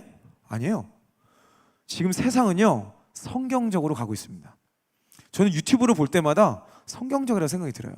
유튜브에 다루고 있는 컨텐츠는 악한 게 너무 많아. 근데 얘네들이 기술이 알고리즘이 어떻게 되는 걸 저랑 같이 분석하는데 그 알고리즘의 변화, 그들이 발표하는 내용을 보면 굉장히 성경적인 기준에 따라가요. 이게 왜 그런지 아세요? 앞으로 성공하려면 영적인 것만 성공할 수 있어요. 내가 생각으로 뭔가를 분석하고 노력해서 성공하는 시대는 이미 끝났어요. 그거는 다 누가 대체해요? AI가 대체해요. AI가 못하는 게 뭐예요? AI가 기도할 수 있어요? AI가 주님과 동행할 수 있어요? 성령님과 교통합니까? 아니에요. 이제는요 정말 뜨는 거는 딱 두 개밖에 없어요. 성령의 붙들림만 되든지 아니면 사단의 붙들림만 되든지. 여러분 뜬 거 다 보세요. 뜬 거는 둘 중 하나입니다. 여러분 정말 성경적인 가치로 성경적인 원리를 가지고 그 신앙이 있건 없건을 떠나서 성경적인 원리를 풀어내잖아요. 이거는 진리이기 때문에 열매 맺어요. 맺을 수밖에 없어요. 근데 또는 반대로 정말 반성경적이야. 정말 말도 안 되는 것들을 주장하잖아요. 또 그러면 또 그게 잘 돼. 왜요? 세상은 악해지니까. 사단은 그런 애들을 써야 되거든. 그러니까 권세도 주고 명예도 주고 돈도 주는 거예요. 그런 일들은 예전에도 있었고 지금도 있고 앞으로도 있어요. 더 가속화되겠죠. 그러니까 우리는 지금 우리가 생각해야 될 거는 뭐 악인의 형통함, 얘네들이 뭐 어떠함은 전혀 중요하지 않아요. 우리만 정신 차리고 살잖아요. 우리나라는 바뀝니다. 반드시 바뀌어요. 여러분 그걸 믿으셔야 돼요. 그럼 여러분의 직업 선택 결론은 뭐예요? 내가 누구를 섬길 것인가? 내가 대체 누구를 기도하면 눈물이 나는가? 저는 대한민국 청년을 놓고 기도하면 눈물이 나요. 제가 그래서 이거 사업 시작한 거예요. 제가 여러 가지 기도하다가 처음엔 청년들을 섬긴다는 게 이해가 안 됐어요. 왜냐면 저는 인사팀장을 한 지가 벌써 제 총 경력이 12년인데 직장생활 12년 했거든요. 근데 그 중에 절반 이상을 인사팀장을 했어요. 그러니까 취준생은요 저랑 너무 먼 존재예요. 이 사람들을 이해할 수도 없고 이 사람들이 뭐 때문에 오는지도 몰라요. 저는 취업 준비라는 걸 해본 적이 없어요. 저 때만 해도요, 오늘 라떼 시전을 많이 하게 되네요. 저 때만 해도 그냥 저 지원하면 합격했어요. 어딜 가느냐가 중요한 거지. 그래서 저는 그 취업 준비를 해본 적도 없는 제가 어떻게 이 어려운 세대를 제가 이해하고 그들을 위한 솔루션을 내냐고요. 어마어마하게 연구했어요. 제 인생을 거기다 갈아 넣었어요. 제가 지금 막 유튜브 하나 영상 하나 올라가는 게 그냥 제가 막 방구석에서 앉아갖고 썰 푸는 것 같죠? 아니에요. 그 영상 하나 뽑기 위해서 그 뒤에 어마어마한 데이터 분석을 해요. 그 데이터를 수집하기 위해서 어마어마한 사람들을 만나요. 그 어마어마한 사람들을 시스템적으로 분해하고 있어요. 저희가 그 지난주에 있었던 그 스트리밍에 제가 아주 많은 사례를 보여주거든요. 자소를 잘 쓴 사례, 못 쓴 사례, 자주 하는 실수. 자주 하는 실수 다들 너무 공감해요. 맞다. 어떻게 이 형은 이렇게 우리를 정확히 하냐? 당연하지. 그 사람들을 일거수일투 다 분석하고 있는데 몇 시에 일어나는지까지 다 분석해요. 하루에 일어나서 몇 시간을 공부하는지, 몇 시간 농땡이 치는지, 뭐 몇 시간 넷플릭스 보고 있는지 저희 다 분석을 같이 하고 있어요. 그리고 정보를 저희와 공유하는 청년들이 많아요. 그 결국 자기가 유익하니까. 그래서 저는 그 사람들의 변화를 보면서 변화에 성공한 사람들의 포인트를 통계적으로 내고 그것만 보여주는 거예요. 이 내용들이 시스템적으로 다 있기 때문에 제가 막 강의를 하잖아요. 그 스트리밍 하루에 2시간 정도 했는데 앞에서 쭉 댓글을 보면서 저희 정보팀은 뭘 하냐면 이 뒤에 보여줄 사례를 리얼타임으로 다 바꿔요. 댓글을 보니까 제가 설명하는 내용을 못 알아듣는 것 같아. 그럼 난이도가 쉬운 사례로 막 바꿔요. 그리고 되게 이해를 잘하고 다들 뭐 답변도 잘해. 그러면 난이도를 리얼타임으로 바뀌어요. 그래서 모든 강의는 저는 실시간으로 바뀌고 저는 본 적 없는 강의하니 방송에서 저도 처음 봐요. 그래서 가끔 좀 어버버 할 때가 있어. 그래서 다 이유가 그런 배경이 있어요. 이렇게까지 노력하는 이유는 딱 하나입니다. 할 수 없다는 사람들은 저는 입을 틀어 막고 싶어요. 무조건 안 된대. 저는 맨날 하면 된다고 하거든요. 야 이거 해봐. 이거 해봤어? 뭐 지원할 데가 없대. 시끄럽고 1일 1지원에 제가 제안하는 전략이 그거예요. 하루에 무조건 1개씩 지원해. 기업 하나 지원해. 그럼 안 된대. 그러면 그때부터 저희 정보팀은 뭐래요? 매일 지원하는 사람을 발본색으로 찾아내요. 그 사람은 어떻게 1일 1지원했는지를 추적하는 거예요. 이 사람의 시간은 어땠고, 이 사람은 경험을 어떻게 만들었고, 이 사람은 어떤 식으로 자소를 쓰고 있고, 자격증은 하나도 가능하면 아무것도 없는 친구들. 그런 사람들이 어떻게 성공하는지를 스토리로 보여주는 거예요. 이게 저희가 하는 일이에요. 자, 여러분들이 진짜 섬겨야 될 고객을 규정을 할 수만 있다면 그 사람들을 위해서 돈 때문이 아니라, 여러분들의 명예 때문이 아니라 그 사람들의 삶의 변화 때문에 여러분의 인생을 거세요. 그게 대안적 크리스찬입니다. 이거 할 수 있는 사람이요? 크리스찬밖에 없어요. 너무 놀라운 게 뭔지 아세요? 안 믿는 사람들이 이거에 근접해 가고 있다는 거예요. 너무 안타까워요. 세상은요 엄청난 속도로 변하고 있어요. 엄청난 속도로. 그리고 자기들이 알지를 못하지만 성경적인 원리에 맞게 가고 있어요. 물론 그 끝은 예수님이 아닐 거예요. 그들은 예수님을 모르니까. 구글이 그 운영 방식에 성경적이라고 해서 이들의 끝이 예수님이냐? 아니에요. 악한 것 같아요. 그렇지만 그들의 방법론 자체는 성경적인 방식을 취하고 있어요. 모든 게 그렇다고 말할 수는 없지만 그들의 핵심적인 어떤 영역에 있어서는 그런 것들을 취하고 있어. 안 믿는 사람들, 세상에서 가장 앞서 있는 사람들이 다 얘기하는 게 성경적인 이야기를 하고 있어요. 세스 고딘이 아주 대표적입니다. 자, 근데 너무 놀라운 것도 뭔지 아세요? 크리스찬들은요 그런 사람들의 이야기를 또 안 들어요. 왜? 크리스찬이 아니라 이거야. 그죠? 크리스찬이 아니니까 저 사람이 하는 말은 성경적이지 않을 거라고 얘기하고요. 구글과 유튜브의 열매가 악한 것들이 많으니까 이거는 노노노 아니에요. 그들이 움직이는 변화를 파헤쳐야 그들을 이길 수 있어요. 너무 늦어요. 시대에 뒤떨어져요. 시대가 어떻게 돌아가는지 관심도 없어요. 그러면 성경이라도 봐야 될 거 아니에요. 성경에 보면 뭐가 나와요? 앞으로 시대가 어떻게 움직일지가 써져 있어요 이미. 근데 성경도 안 봐. 그리고 시대도 안 봐. 그리고 뭐예요? 그냥 교회에 머물러 있어요. 교회 안에 머물러 있는 크리스찬입니다. 그냥 여기 안에만 있는 거예요. 저는 확신합니다. 시대의 대안적 크리스찬이 되려면요 기도실에 머물러야 돼요. 그렇지만 기도실에만 있어서는 절대 안 됩니다. 또 성경을 탐독해야 돼요. 성경을 미친 듯이 봐야 돼요. 근데 성경만 보면 안 돼요. 여러분들의 영역은 더 넓어야 되고 여러분의 깊이는 더 깊어져야 돼요. 그래야 세상을 섬길 수 있어요. 그때 사람들이 묻는 거예요. 아니 당신은 왜 그렇게 삽니까? 당신은 어떻게 그런 기술력을 확보할 수 있었습니까? 당신은 어떻게 그런 생각을 했습니까? 그때 여러분 답변은 굉장히 심플해요. 세상을 어떻게 살아야 될지 이미 로드맵이 있어요. 성경이 있어요. 바이블이 있어요. 또는 저보고 이렇게 살라는 분이 계세요. 예수님이라는 분이 있는데 당신 소개시켜드릴까요? 당신도 나처럼 살 수 있어요. 물론 모두가 그렇게 못할 수도 있어요. 하지만 진로를 선택하고 부르심을 고민하는 여러분은 이걸 꿈꾸셔야죠. 자, 50대, 60대 저는 뭐 그 어르신들도 할 수 있다고 믿어요. 근데 이미 나는 삶이 이미 많이 살았어. 그리고 뭔가를 더 이상 변하는 나에게 힘들어. 그럴 수도 있죠. 그런 분들은 그렇게 생각할 수도 있어요. 저는 할 수 있다고 믿지만. 근데 적어도 여러분은 그러시면 안 돼요. 나이가 젊을수록 여러분들은요 더 부르심 때문에 선택하셔야 돼요. 여러분이 취업의 진로를 지원하는 그 회사, 그거를 기도 가운데 결정하세요. 많이 쓴다고 합격할까요? 아니에요. 저희 커뮤니티에서 지원하는 사람들요 그 중에 아주 많은 경우에 본인이 원하는 곳을 기도까지는 아닐 수 있는데 원해서 지원하고 바로 합격하는 사람도 굉장히 많아요. 자, 여러분은 제가 새 술이고 새 부대라고 말씀드렸는데 여러분들의 어떤 향기를 내고 있는가? 여러분들은 어떤 부대인가? 그 말씀을 보면 참 재밌어요. 새 술을 헌부대에 담는다고 합니다. 그러면 어떻게 되죠? 헌부대에 담으면 부대가 터져요. 근데 부대가 아까운 게 아니죠. 성경을 보면 잘 보면 뭐라고 나와 있어요? 새 술이 아까운 거예요. 부대는 터져요. 헌부대는 이미 헐었어. 이거는 언젠가는 폐기 처분돼요.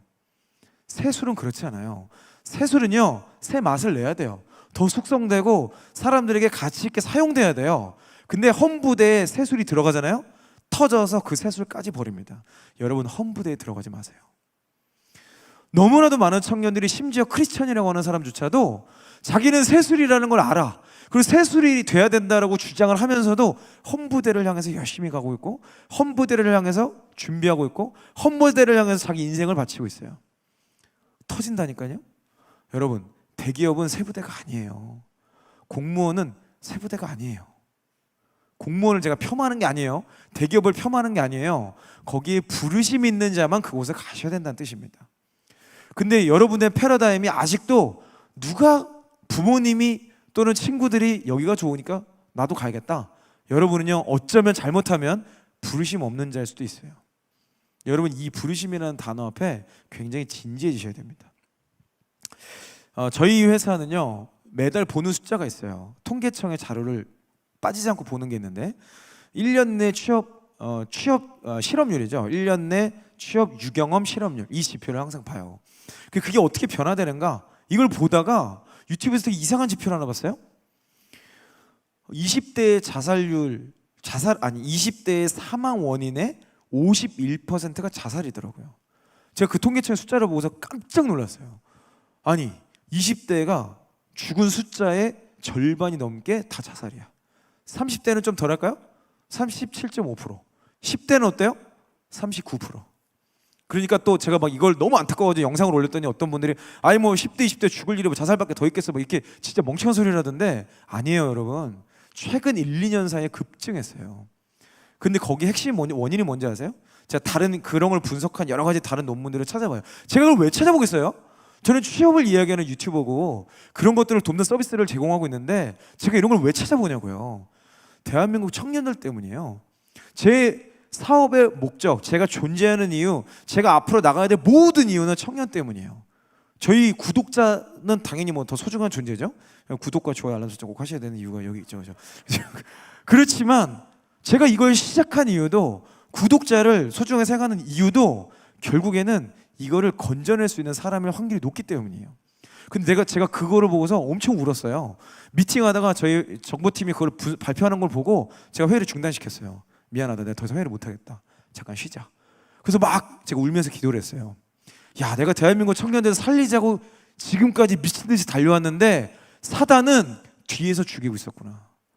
너무 울분이 터지는 거예요. 여러분, 이런 게 여러분의 부르심인 거예요. 여러분, 부르심은요 기도의 자리에서 찾는 겁니다. 기도하지 않으면요 부르심 절대 못 찾습니다. 말씀 보지 않잖아요? 절대 못 찾아요. 여러분요 결단하셔야 돼요. 그곳으로 가야 돼.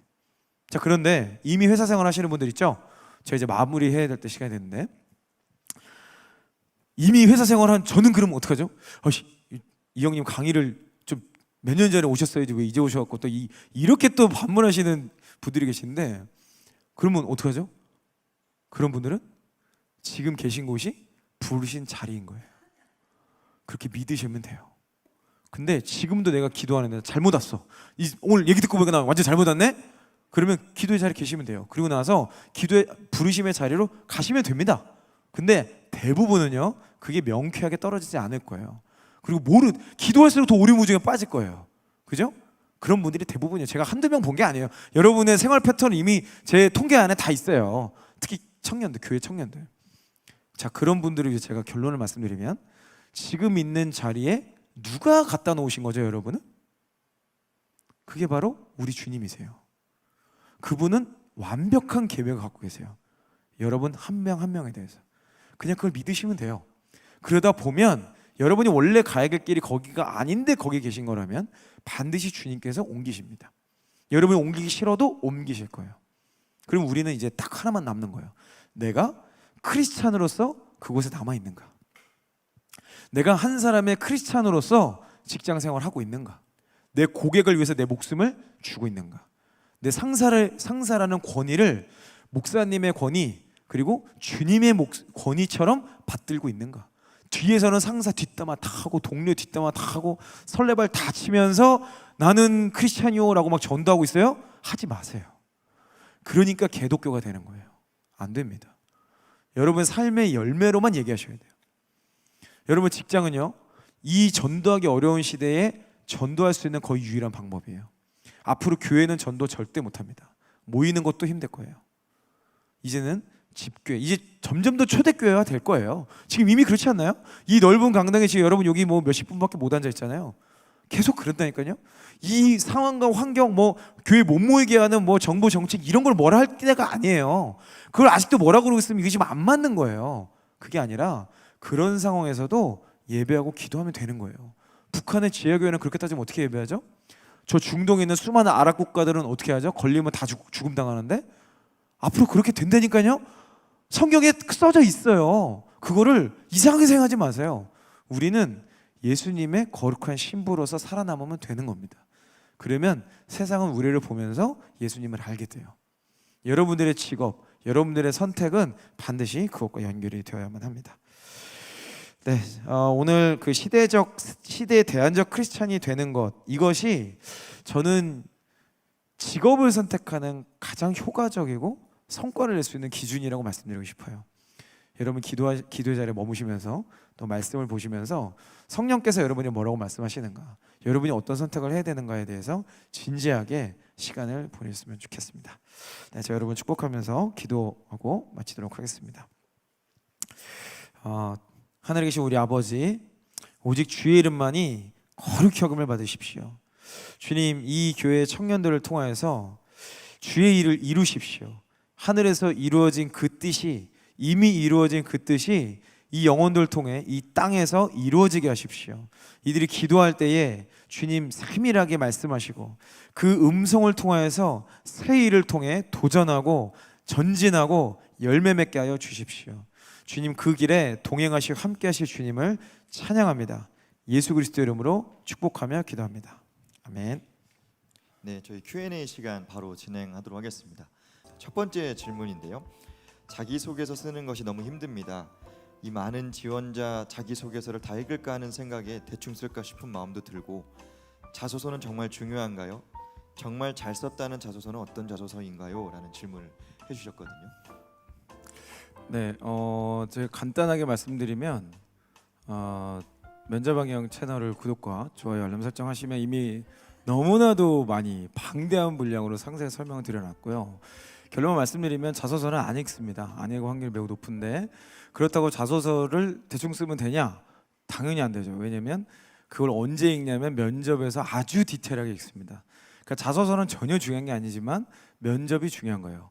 근데 면접의 기초 질문의 소스가 되는 게 자소서고, 그래서 앞에서부터 저는 이제 면접을 준비하는 것이 자소서다, 이렇게 프로세스를 거꾸로 말씀을 드리고 있습니다. 네, 이어서 아마 이 질문이 이어질 것 같은데요. 면접 때 그럼 긴장을 많이 하신대요. 이분은 면접 때 긴장하지 않는 방법이 있을까요? 면접관은 어떤 유형의 사람에게 관심이 있나요? 스펙을 있는 대로 다 써야 될까요? 이런 질문을 하셨습니다. 네, 뭐 이 질문에 대해서는 제가 또 유튜브에서 아주 많이 말씀을 드렸기 때문에 여러분들에게만 말씀드려야 될 내용을 좀 정리해서 말씀드리면, 이건 전혀 중요한 이슈가 아닙니다. 여러분들은 거꾸로 가셔야 돼요. 그냥 세상과 거꾸로 가시면 그냥 그게 진리라고 생각하시면 돼요. 면접관이 좋아하는 사람이 되려고 하지 마세요. 여러분이 면접관을 평가하세요. 여러분의 모습을 그냥 드러냈어요. 근데 그걸 알아봐주는 회사를 가시는 겁니다. 그러니까 긴장하는 이유는 딱 하나예요. 저 사람에게 잘 보여야 뽑힌다고 생각하거든요. 그 말이 뭐 틀린 말은 아니지만 지금 우리는 뭐예요? 부르심 때문에 가는 거예요. 우리가 부르심 때문에 가면 면접관이 무슨 의미가 있어요? 아무 의미가 없어요. 그 사람은 하나님이 우리의 마스터 플랜 속에 그냥 있는 하나의 체스 말 같은 거예요. 여러분 체스 말 앞에 섰다고 막 긴장해가지고 막 말 못하고 그런 게 있어요? 여러분들의 아이덴티티는 그게 아니라니까요. 여러분을 안 뽑으면 그 면접관 때문에 그 회사가 망하는 거예요. 저도 면접을 많이 봐요. 제가 면접관이 아니라 면접자로서 뭐 어떤 사업에 참여한다든지 또는 어떤 새로운 거를 시도한다든지 고객사를 만난다든지, 그럼 그때 항상 저는 그 고객사를 제가 면접을 합니다. 그래서 제가 항상 질문은 그거예요. 제가 왜 이 기업을 서비스해야 될까요? 제가 이렇게 먼저 물어봐요. 그러면 거기가 굉장히 당황하죠. 보통은 갑질을 해야 되는데 갑질을 하려고 저를 부른 건데 제가 갑질을 하니까 오히려 저는 역갑질한다는 소리를 많이 들어요. 그래서 싫으면 꺼져. 당신들 필요 없다. 당신들 딱 보니까 나랑 대화가 안 되는 회사인데 돈을 뭐 얼마를 줘도 어차피 우리 돈 때문에 사업하는 사람도 아니고 필요 없어요. 제가 갈게요. 이러고서 제가 뒤집은 미팅이 되게 많아요. 그러니까 이게 정체성이고 이게 마인드죠. 면접관이 좋아할 만한 지원자 그거 하실 필요도 없어요. 그렇지만 그걸 할 수 있는 방법은 이미 제가 너무나도 많이 말씀을 드렸으니 그냥 글로 오시면 된다. 네, 감사합니다. 이번 질문은 직장 생활하신 분이 질문하신 것 같은데요. 직장 생활한 지 1년밖에 안 됐는데 벌써 이직하고 싶습니다. 주변에선 1년을 채우라고 하는데 꼭 1년을 채우는 게 의미가 있을까요? 라고 질문했네요. 이직은 1년을 채우는 거는 사실 의미는 없어요. 더 중요한 거는 내가 제가 필살기라고 규정한 유사 경험 내 성공 경험 내 인사이트를 채원 이걸 갖고 있냐 없냐예요. 이걸 가지려면 뭘 해야 되는지 아세요? 고객을 섬겨야 돼요. 미친 듯이 일해봐야 돼요. 그런 사람만이 이직도 잘 되고 커리어도 성장하는 거고 뭐 그런 사람은 1년 뭐 필요도 없어요. 3개월 만에 이직해도 잘 돼요. 연봉도 많이 오르고. 근데 그 개념이 없고 그냥 월급쟁이 타고난 월급쟁이로만 계셨던 분은 3년이 아니라 5년을 채워도 아무 의미 없습니다. 그런 걸 퇴준생이라고 그래요. 퇴사하고 다시 취준생으로 돌아. 또 면접왕 이용 다시 구독하러 오겠죠? 그냥 반복이에요. 그래가지고 저희가 시키는 대로 하면 또 취업은 잘 돼요. 그럼 취업을 해. 근데 별 생각 없이 갔기 때문에 어떻게 내가 붙었지? 그리고 갔다가 또 1년 만에 1년도 안 돼서 아닌 게벼 다시 퇴사하고 다시 면접왕 이용 구독하고 그러면 또 몇 개월 만에 또 취업하고 또 갔더니 또 아닌 게벼 그리고 다시 또 이렇게 이거의 반복이에요. 여러분 그 삶을 살지 마세요.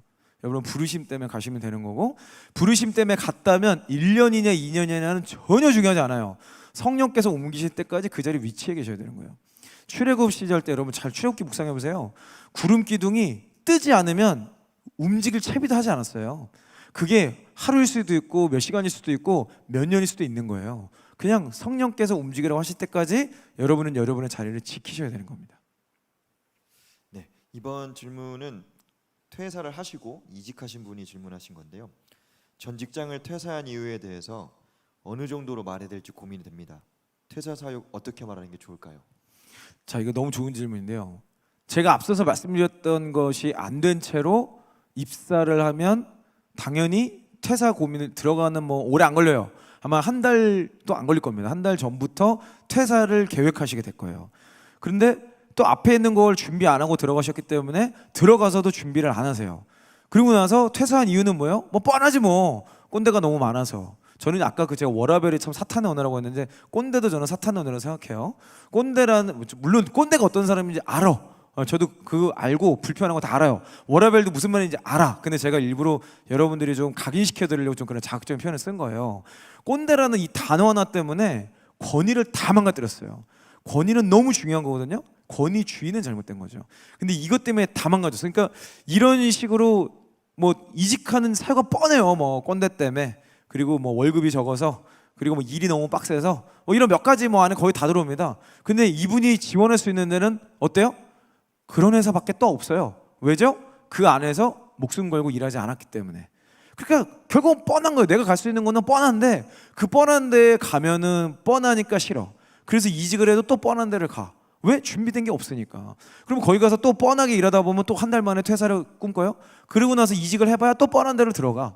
이게 그냥 무한 굴레예요. 그러다가 뭐 어쩌다가 좀 운인빨이 잘 맞아가지고 연봉이 조금 오르면 내가 이직을 잘했다라고 착각을 하지만 그거는요 그냥 반복인 거죠.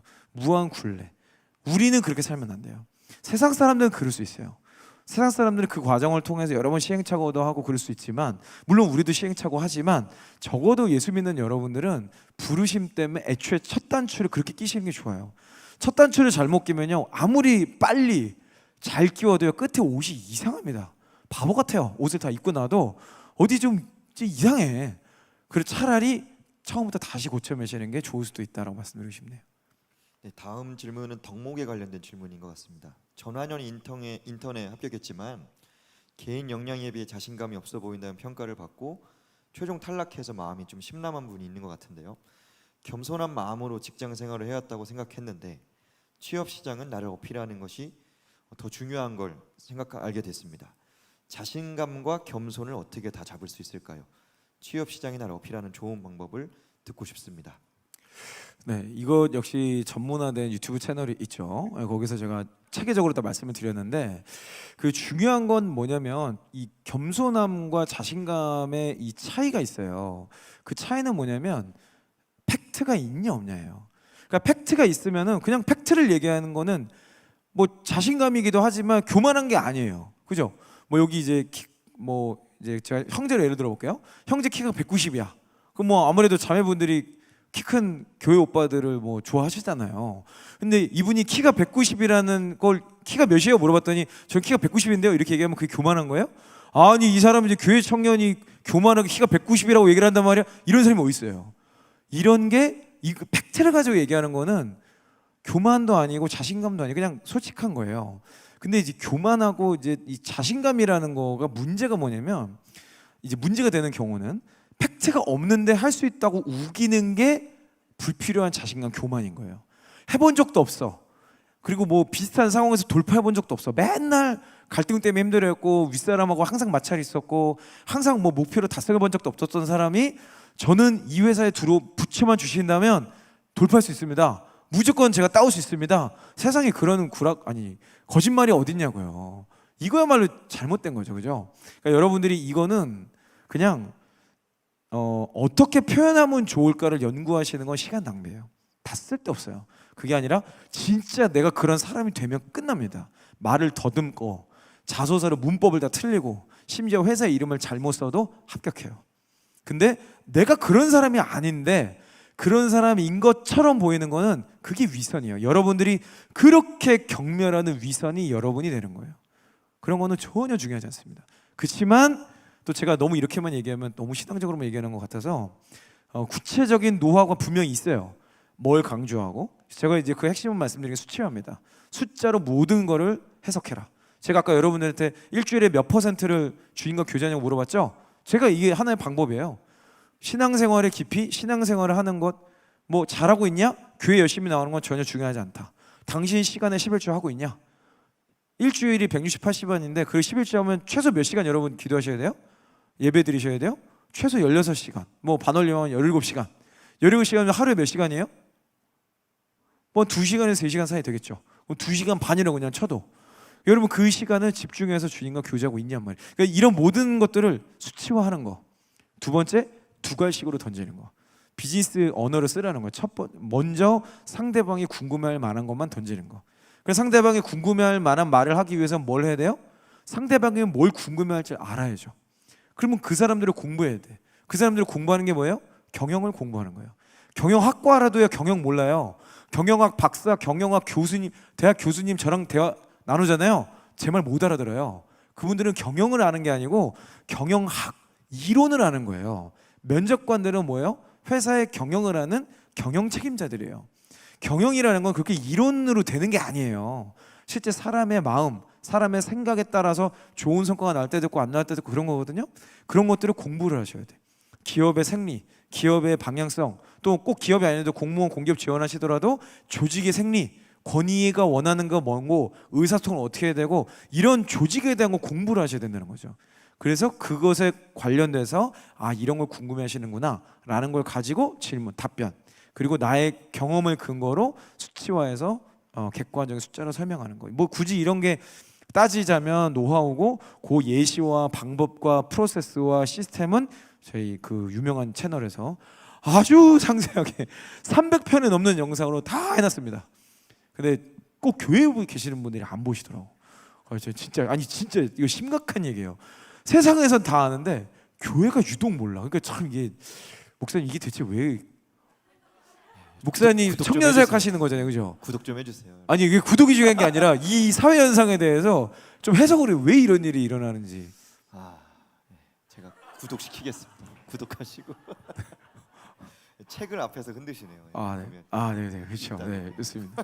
저분들은 이제 아주 깨어 계신 분으로 얼라이브 살아계신 분들. 네, 다음 질문은요. 직무 경력이 없는 30대입니다. 나이가 많다는 생각에 불안해요. 늦은 나이에 취업을 준비하는 사람에게 해주고 싶은 말씀이 있으신가요? 여러분 아브라함이 아이를 언제 낳았죠?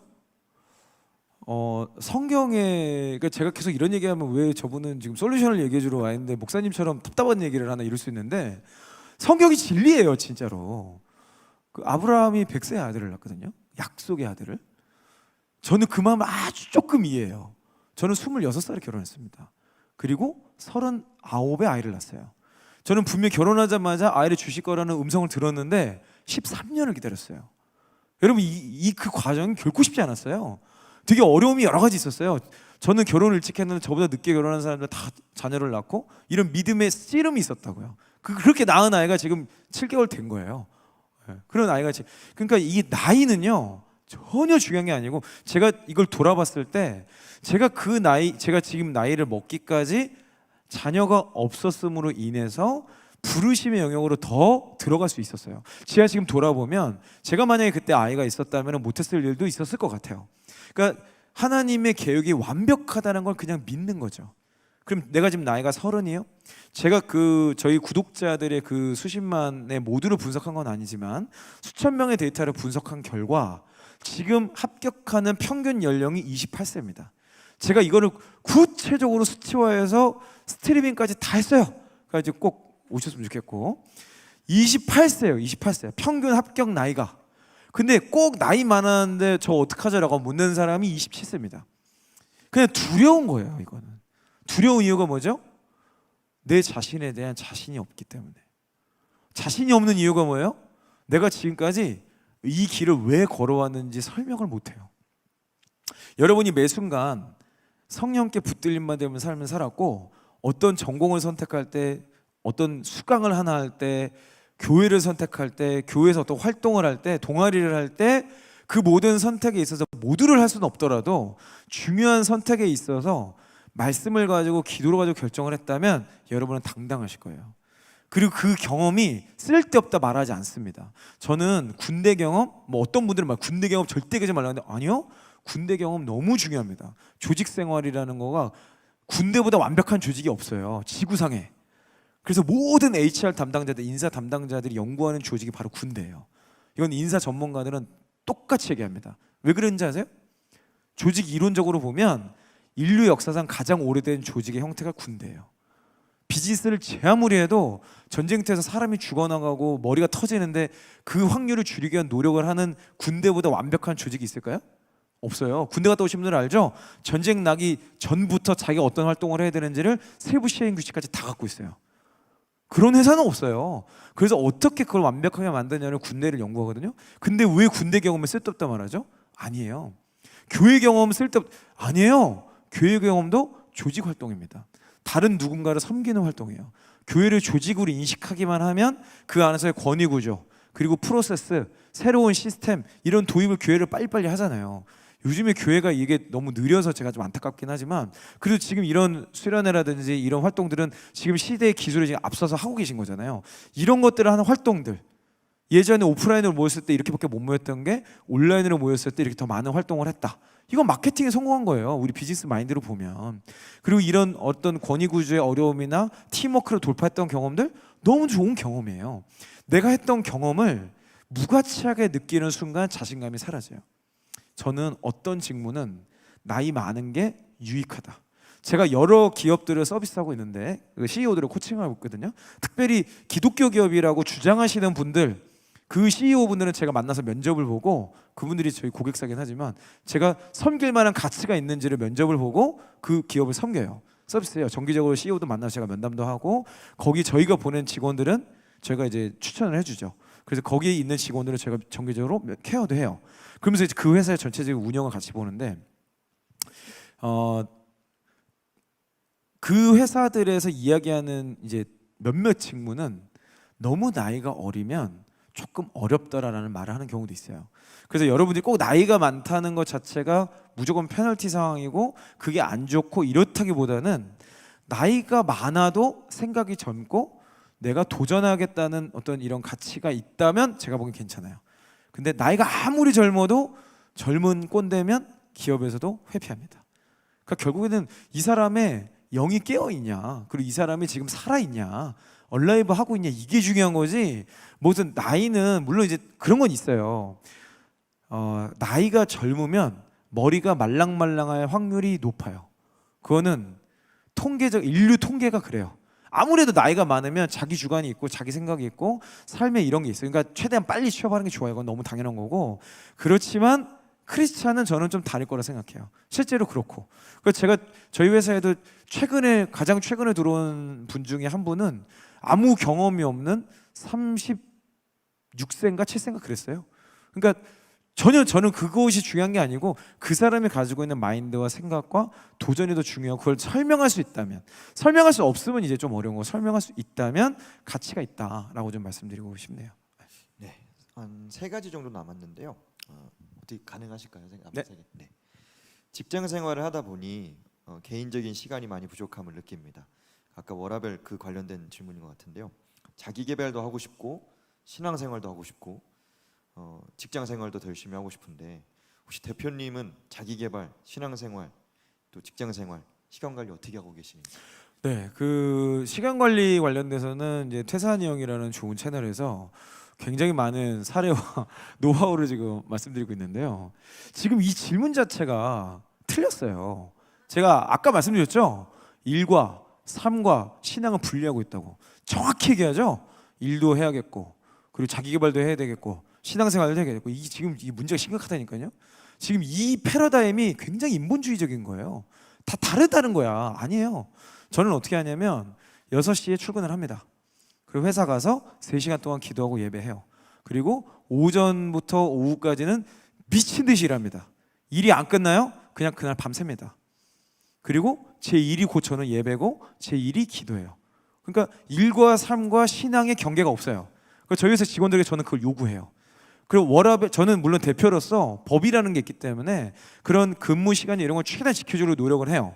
저는 시스템적으로 그걸 요구하지만 이들이 가져야 될 마인드, 대부분 저희 회사는 다 크리스찬이기 때문에 그 사람들에게 저는 이 마인드를 가르쳐요. 왜냐면 저는 그렇게 살지 않았거든요. 아니 쉽게 말해서 목사님이 여러분 중에 한 분이 목사님한테 주일날 예배가 다 끝나고 목사님한테 찾아간 거예요. 그래서 목사님, 제가 너무 번뇌가 있습니다. 제가 미칠 것 같아요. 저 좀 상담해 주세요. 그런데 이분이 오늘 좀 예배도 끝나고 내가 퇴근해야 되는데 내일은 또 나 쉬는 날이야. 월요일 날 쉬시죠, 그죠? 네, 대부분 월요일 나 그날 데이 오프니까 우리 화요일 날 좀 볼까? 자, 그럼 여러분 무슨 생각 드시겠어요? 여러분은 이 목사님을 신뢰할 수 있을까요? 세상이 여러분을 바라보는 기준이 그거라고요. 크리스찬에게 기대하는 건요. 왜 회식 장소에 가서 크리스찬은 술을 못 먹어서 안 날릴까요? 왜 거기 가서 나쁜 짓을 같이 하자고 난리일까요? 그 사람을 더럽히고 싶은 거예요. 여러분은 세상과 다른 로마서 12장 1절 2절의 그 말씀을 살아내야 될 의무가 있는 분들이거든요. 그러니까 이거를 불려면 안 돼요. 최고의 자기개발이 뭐예요? 말씀 읽는 거예요. 성령님의 음성, 온 세계와 우주와 역사의 주관자분과 대화하는 것보다 강력한 자기개발이 뭐가 있죠? 워렌 버핏과 점심 식사하는 게 몇 억이래요. 저랑 점심 식사를 하면은 뭐 한 5,000원 할란가 모르겠어. 어쨌든 간에 그 사람들이 몇 억을 내고 그 사람의 지혜를 얻고 싶은 거죠. 여러분, 성령님보다 예수님보다 말씀보다 지혜가 있을까요? 근데 왜 그걸 안 하냐 말이에요. 회사에서 일하다가 문제가 안 풀려요? 자기 개발해야 돼? 기도하셔야죠. 그게 가장 강력한 자기 개발이에요. 그 루틴을 잡으셔야 돼요. 그래서 저는 지금 삶의 루틴이 정해져 있어요. 아까 말씀드렸던 6시부터 9시는 2시간 기도, 1시간 말씀, 그리고 오전에 거의 모든 업무를 끝냅니다.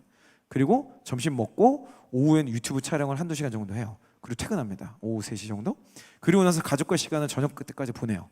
그리고 저녁 때 제가 촬영이 유튜브 스트리밍이 있거나 거의 매일 있거든요. 스트리밍이 있거나 뭐 그 줌으로 하는 온라인 미팅이 있거나 그런 것들이 거의 매일 있기 때문에 저녁 시간을 또 그렇게 써요. 그리고 10시부터는 또 말씀 읽고 1시간 말씀 읽고 11시에 무조건 잡니다. 그리고 나서 다음날 6시 다시 이 똑같은 루틴이 반복되는 거예요. 그리고 이제 그 퇴근한 그 시간대에 이제 자전거를 2시간 정도 라이딩을 하고 또 뭐 홈 트레이닝도 하고 뭐 이런 거의 저의 삶은 정해져 있어요. 그거 이외에는 없어요. 이거를 심플 라이프라고 합니다. 그럼 이제 많은 사람들이 저한테 물어요. 친구들은 언제 만납니까? 안 만나요. 저 친구가 없어요. 되게 불쌍해 보이죠?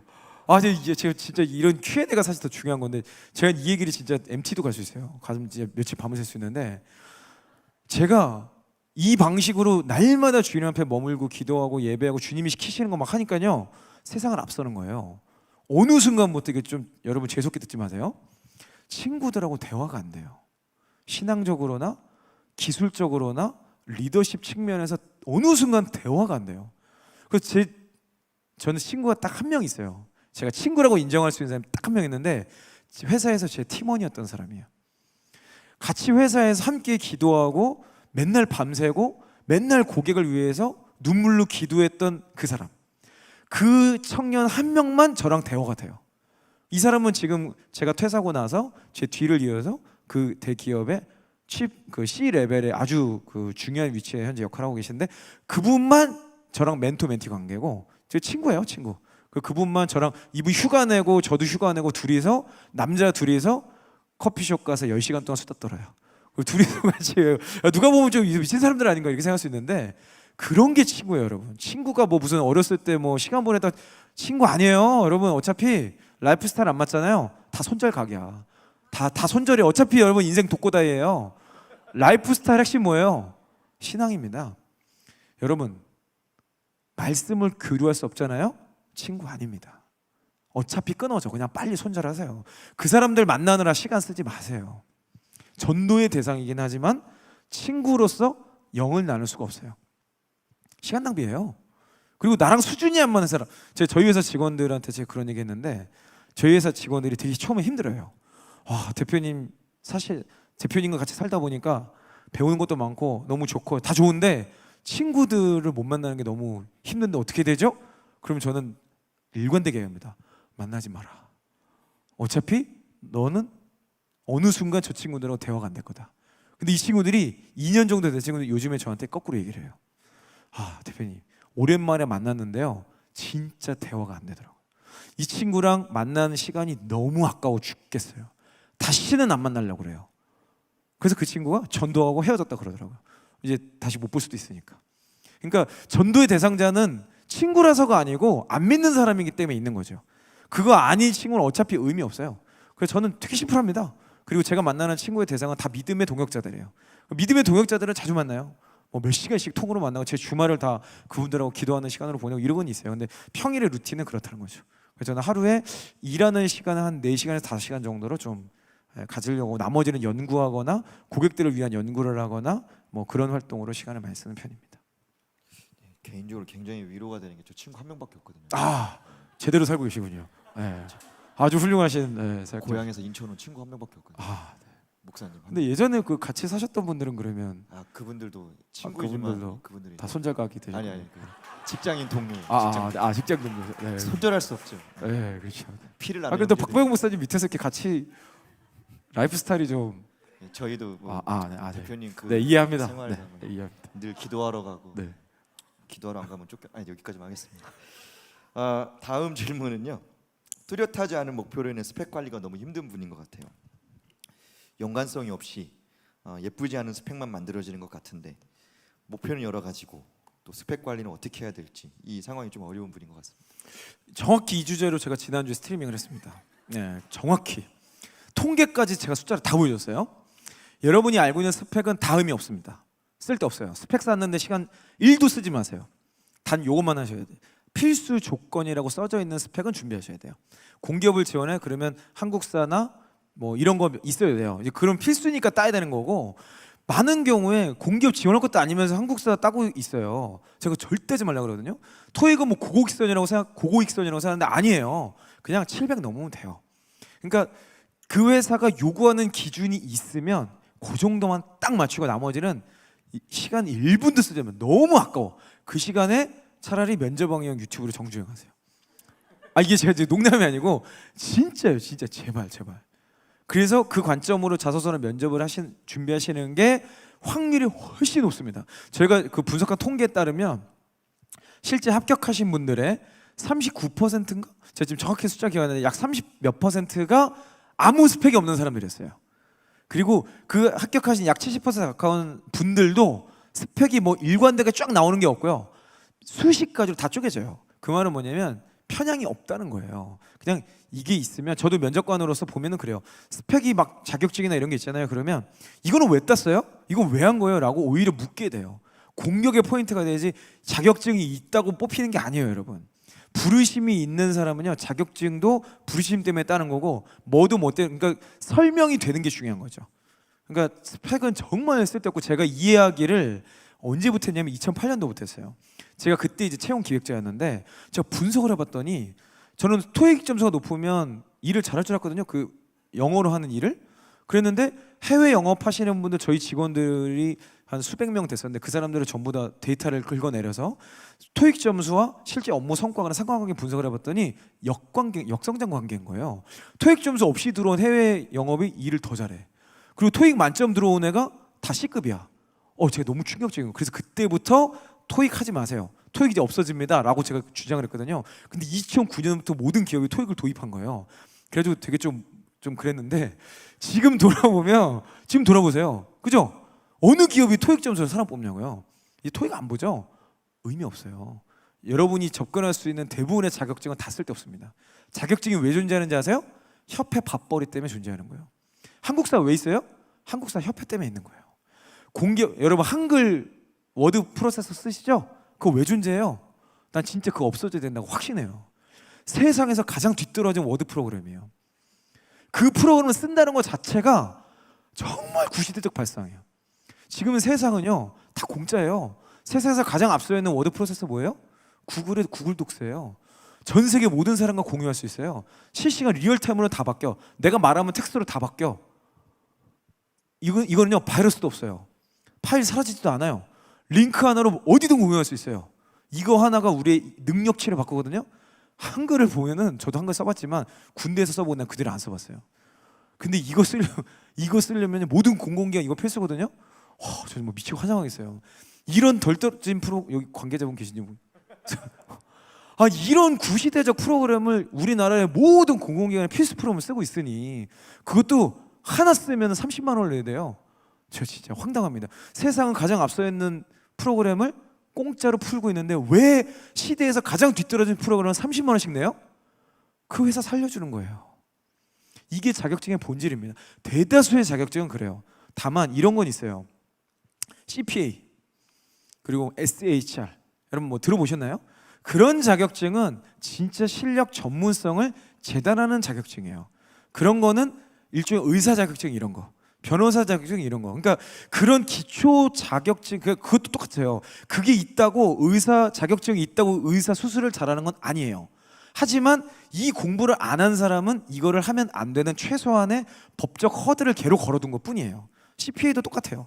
AICPA 뭐 이게 이제 회계 관련된 자격증이고 SHR이 HR 관련된 자격증인데 최소한의 이거를 걷는 허들 정도는 필요하지만 여러분이 접근하는 대다수의 자격증 뭐 물류관리사, 무슨 유통관리사, 무슨 뒤에 관리사 붙는 거 따지 마세요. 다 쓸데없습니다. 따지 마시고 무슨 자격사, 무슨 운용사 다 따지 마세요. 자금운용사, 무슨 금융관리사 다 쓸데없어요. 다 협회 월급으로 나갑니다.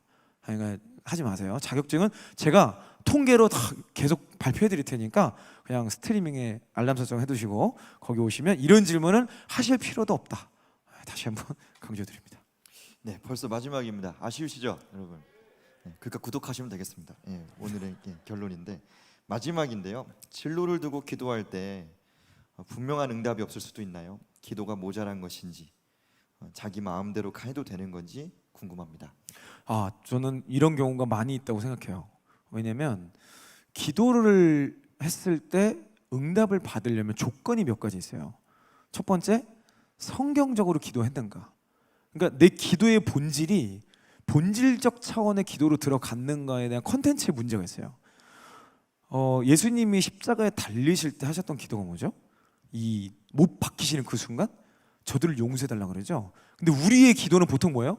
십자가에 못 박으려고 그러면 으아 제발 저 십자가에 못 박는 저 로마 병정의 팔목이 부러져가지고 제가 못을 못 박게 하옵소서. 이거는 지금 기도가 잘 안 맞는 거예요, 그죠? 기도의 본질은 뭐예요? 예수님이 하신 기도를 그대로 따르는 거예요. 내 뜻이 이루어지는 게 아니라 하늘의 뜻이 내 삶이 설령 내가 그게 손해고 내가 고통스럽고 내가 힘들더라도 주기도문처럼 하늘에서 이루어진 뜻이 땅에서 이루어지도록 기도해야 돼. 그 컨텐츠의 적합성이 맞냐? 이게 너무 중요한 이슈예요.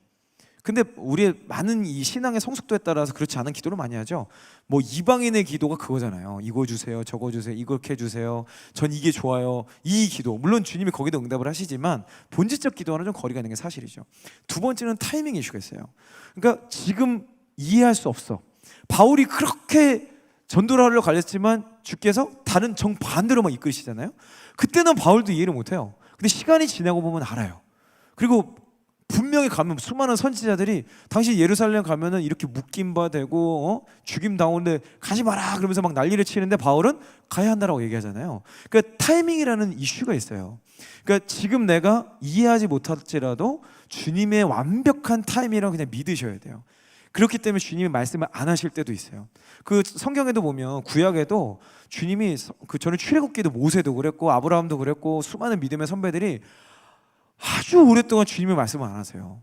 아브라함도 그냥 갑자기 그 상수리 나무 아래서 그냥 이러고 앉아 있는데 갑자기 3명이 딱 나타나가지고 야 빨리 가라 막 이렇게 얘기를 한단 말이죠. 갑자기 어디 가서 물 마시려고 그러는데 너는 너의 본토 친척 아비 집을 떠나 내가 내게 지시할 땅으로 가라. 어디 가라고 말도 안 해줘. 그냥 내가 지시할 땅으로 일단 떠나래. 그거 얼마나 답답해요? 근데 그게 주님의 역사라는, 그 주님의 음성은 우리가 원한다고 오는 게 아닌 거죠. 그냥 우리는 뭐예요? 순종과 신뢰를 하는 거예요. 그 자리를 지키는 거. 그래서 인내가 중요한 거죠. 그래서 저는 아까 그 말씀 드린 거예요. 설령 아주 명확한 무슨 음성이나 레마의 감동이나 성경이나 또는 목사님 같은 영적 권위를 통해서 내가 알아들을 수 있는 언어로 딱 들리지 않았더라도 열리는 곳으로 가셔라. 그 길이 열리는 곳이 주님이 여셨다라는 주권을 그냥 인정하세요. 그게 내가 정말 원치 않아. 내가 나는 저 대기업 공기업을 가고 싶었는데 일을 지원을 했더니만 진짜 우리 이 표현 써도 되나요? 그 주소기업이 됐어. 여러분 거기 그냥 가시는 거예요. 거기가 주님이 인도하셨다고 믿고 갔더니 진짜 주소기업이야. 갔더니 너무 좋아서 주소기업이죠. 거기 갔더니 진짜 꼰대 월드야. 막 웰컴 투 꼰대 월드 막 이런 데야. 그러면 여러분이 감으로써 그분들의 새 영이 선포되는 거예요. 에스겔서 37장이 여러분을 통해서, 에스겔서 37장 여러분 읽어보면 어때요? 그 마른 골짜기에 흰 뼈들밖에 없잖아요. 그 완전 그 꼰대 완전 그잖아요. 꼰대를 치면 거기보다 꼰대 있을 수 있겠어요? 생명력이 없는데 거기에 대언해라. 그랬더니 에스겔이 대언하니까 어떻게 해요? 에스겔이 하는 건요 놀라운 게 아니야. 주님이 하라고 하시고 그냥 한 거야. 말도 안 되지만 그냥 순종한 거예요. 그랬더니 갑자기 힘줄이 생기고 뼈가 붙고 막 난리가 나잖아요. 여러분들이 그 역할 때문에 하나님이 그 기업을 바꾸시고 싶어서 여러분을 보내셨을 수도 있다는 거죠. 근데 막상 갔더니 그 여러분들이 그런 마음을 가지고 기도하고 씨름하는데도 씨름하면요 반드시 열매가 있어요. 근데 열매가 없어도 그 과정을 통해서 여러분들을 훈련하시고 요 말씀처럼 여러분들의 길을 계속해서 인도하신다는 거예요. 아주 디테일하게. 어떨 때는 시험처럼, 어떨 때는 여러분이 원치 않았던 방식으로, 어떨 때는 여러분이 정말 기도했던 방식으로. 그냥 여러분들은 인내하시고 신뢰하시고 순종하시는 과정에서 정말 주님이 여러분 원하시는 길을 알려주세요. 저도 지금 이런 사업에 대한 꿈을 2015년도부터 꿨어요. 14년도. 근데 그때 제가 기도하면 주님이 저한테 주시는 음성이 뭐냐면 아들아 기다려라. 너는 이런 일을 하게 될 텐데 기다려라. 지금은 이곳에서 더 기도해야 돼. 기도를 더 심어라. 그래서 제가 그때부터 회장님을 놓고 기도했고 저희 리더십들을 놓고 기도했고 꼰대분들을 놓고 기도했어요. 그분들의 새 영이 부어지도록. 그래서 회사의 제 권력을 이용해서, 제가 인사 책임자였으니까 권력을 이용해서 기도 모임도 만들고 기도하겠다는 사람들을 후원하고, 여러분 성경에 아합이 이스라엘 역사상 가장 악한 왕이죠. 근데 그 밑에 누가 있어요? 국내 대신 오바댜가 있죠. 그 오바댜가 했던 일이 뭐예요? 하나님의 사람들을 몰래 먹여 살려요. 그러면서 이스라엘이 엘리야를 통해서 회복되는 이런 일들이 막 일어나죠. 그러니까 그게 다 그런 사람이 있기 때문에 되는 거예요. 그래서 저는 계속해서 기도하는 거죠. 그 자리에서 주님이 옮기시기 전에는 절대 움직이면 안 돼요. 근데 놀라운 일이 뭔지 아세요? 제가 그 기도를 하기로 결단할 때마다 하나님은 저를 움직이셨어요. 어떻게? 특진시키셨어요. 특진하니까 어떻게 돼요? 위치가 바뀌어요. 그래서 또 일하다가 너무 힘들어. 주님 저 이제 때가 된 겁니까? 제가 이제 제 인생을 걸고 대한민국 청년들을 위해서 헌신하겠습니다. 그랬더니 아니야 아들아 기도해. 기도의 자리에 머물러. 기도했더니 갑자기 또 승진시키죠. 그래도 또 새로운 사람들을 만나는 거예요. 또 그 사람들에서 열심히 기도해 또 승진시키죠. 그런 일들이 저는 원치 않았어요. 근데 지금 돌아보니까 저의 그 이력이 지금 이 사역을 하는데 엄청난 밑거름이 됐던 거예요. 만약에 그 시간이 없었다면요 저는 지금처럼 활동할 수 없었어요. 전문성도 없었고 연륜도 없었고 이걸 보는 통찰도 얻을 수가 없었어요. 제가 갖고 있는 인사이트 있는 이야기들 상당수는요 회장님께 직접 배운 거예요. 그 회장님 그룹 청소 아무나 하는 거 아니거든요. 그 본인이 직접 읽어내신 분이기 때문에, 그분도 기도하시는 분이고 말씀 보시는 분이기 때문에 그분 안에 있는 엄청난 통찰이 있어요. 그런 것들을 매일 날마다 6시부터 기도 같이 시작했거든요. 그런 것들을 옆에서 보고 배운 게 무시 못하는 거죠. 너무 힘들었지만 그것들을 통해서 지금 청년들에게 그것들을 전할 수 있는 역할이 된 거예요. 그래서 저는 인도하시는 그 분명한 사인이 없이는 절대 움직이지 말고 그 자리에 스테이 해라. 그게 바른 신앙이다. 그리고 그곳에서 그냥 버티고 막 무슨 막 다리 찍어가면서 버티는 게 능사가 아니고 기도하면서 버텨라. 함께하는 영혼들, 나에게 맡기신 영혼들을 중보하는 게 우리의 사명이다라는 것들을 좀 분명히 말씀드리고 싶습니다. 네, 오늘 귀한 강의와 또 Q&A까지 해주신 우리 대표님께 큰 박수로 감사의 의미를 전하겠습니다. 네, 오늘 웨이메이커 2주차 우리 이준희 대표님 모시고 진행을 이제 거의 다 끝냈고요. 조심히 돌아가시기 바랍니다. 감사합니다.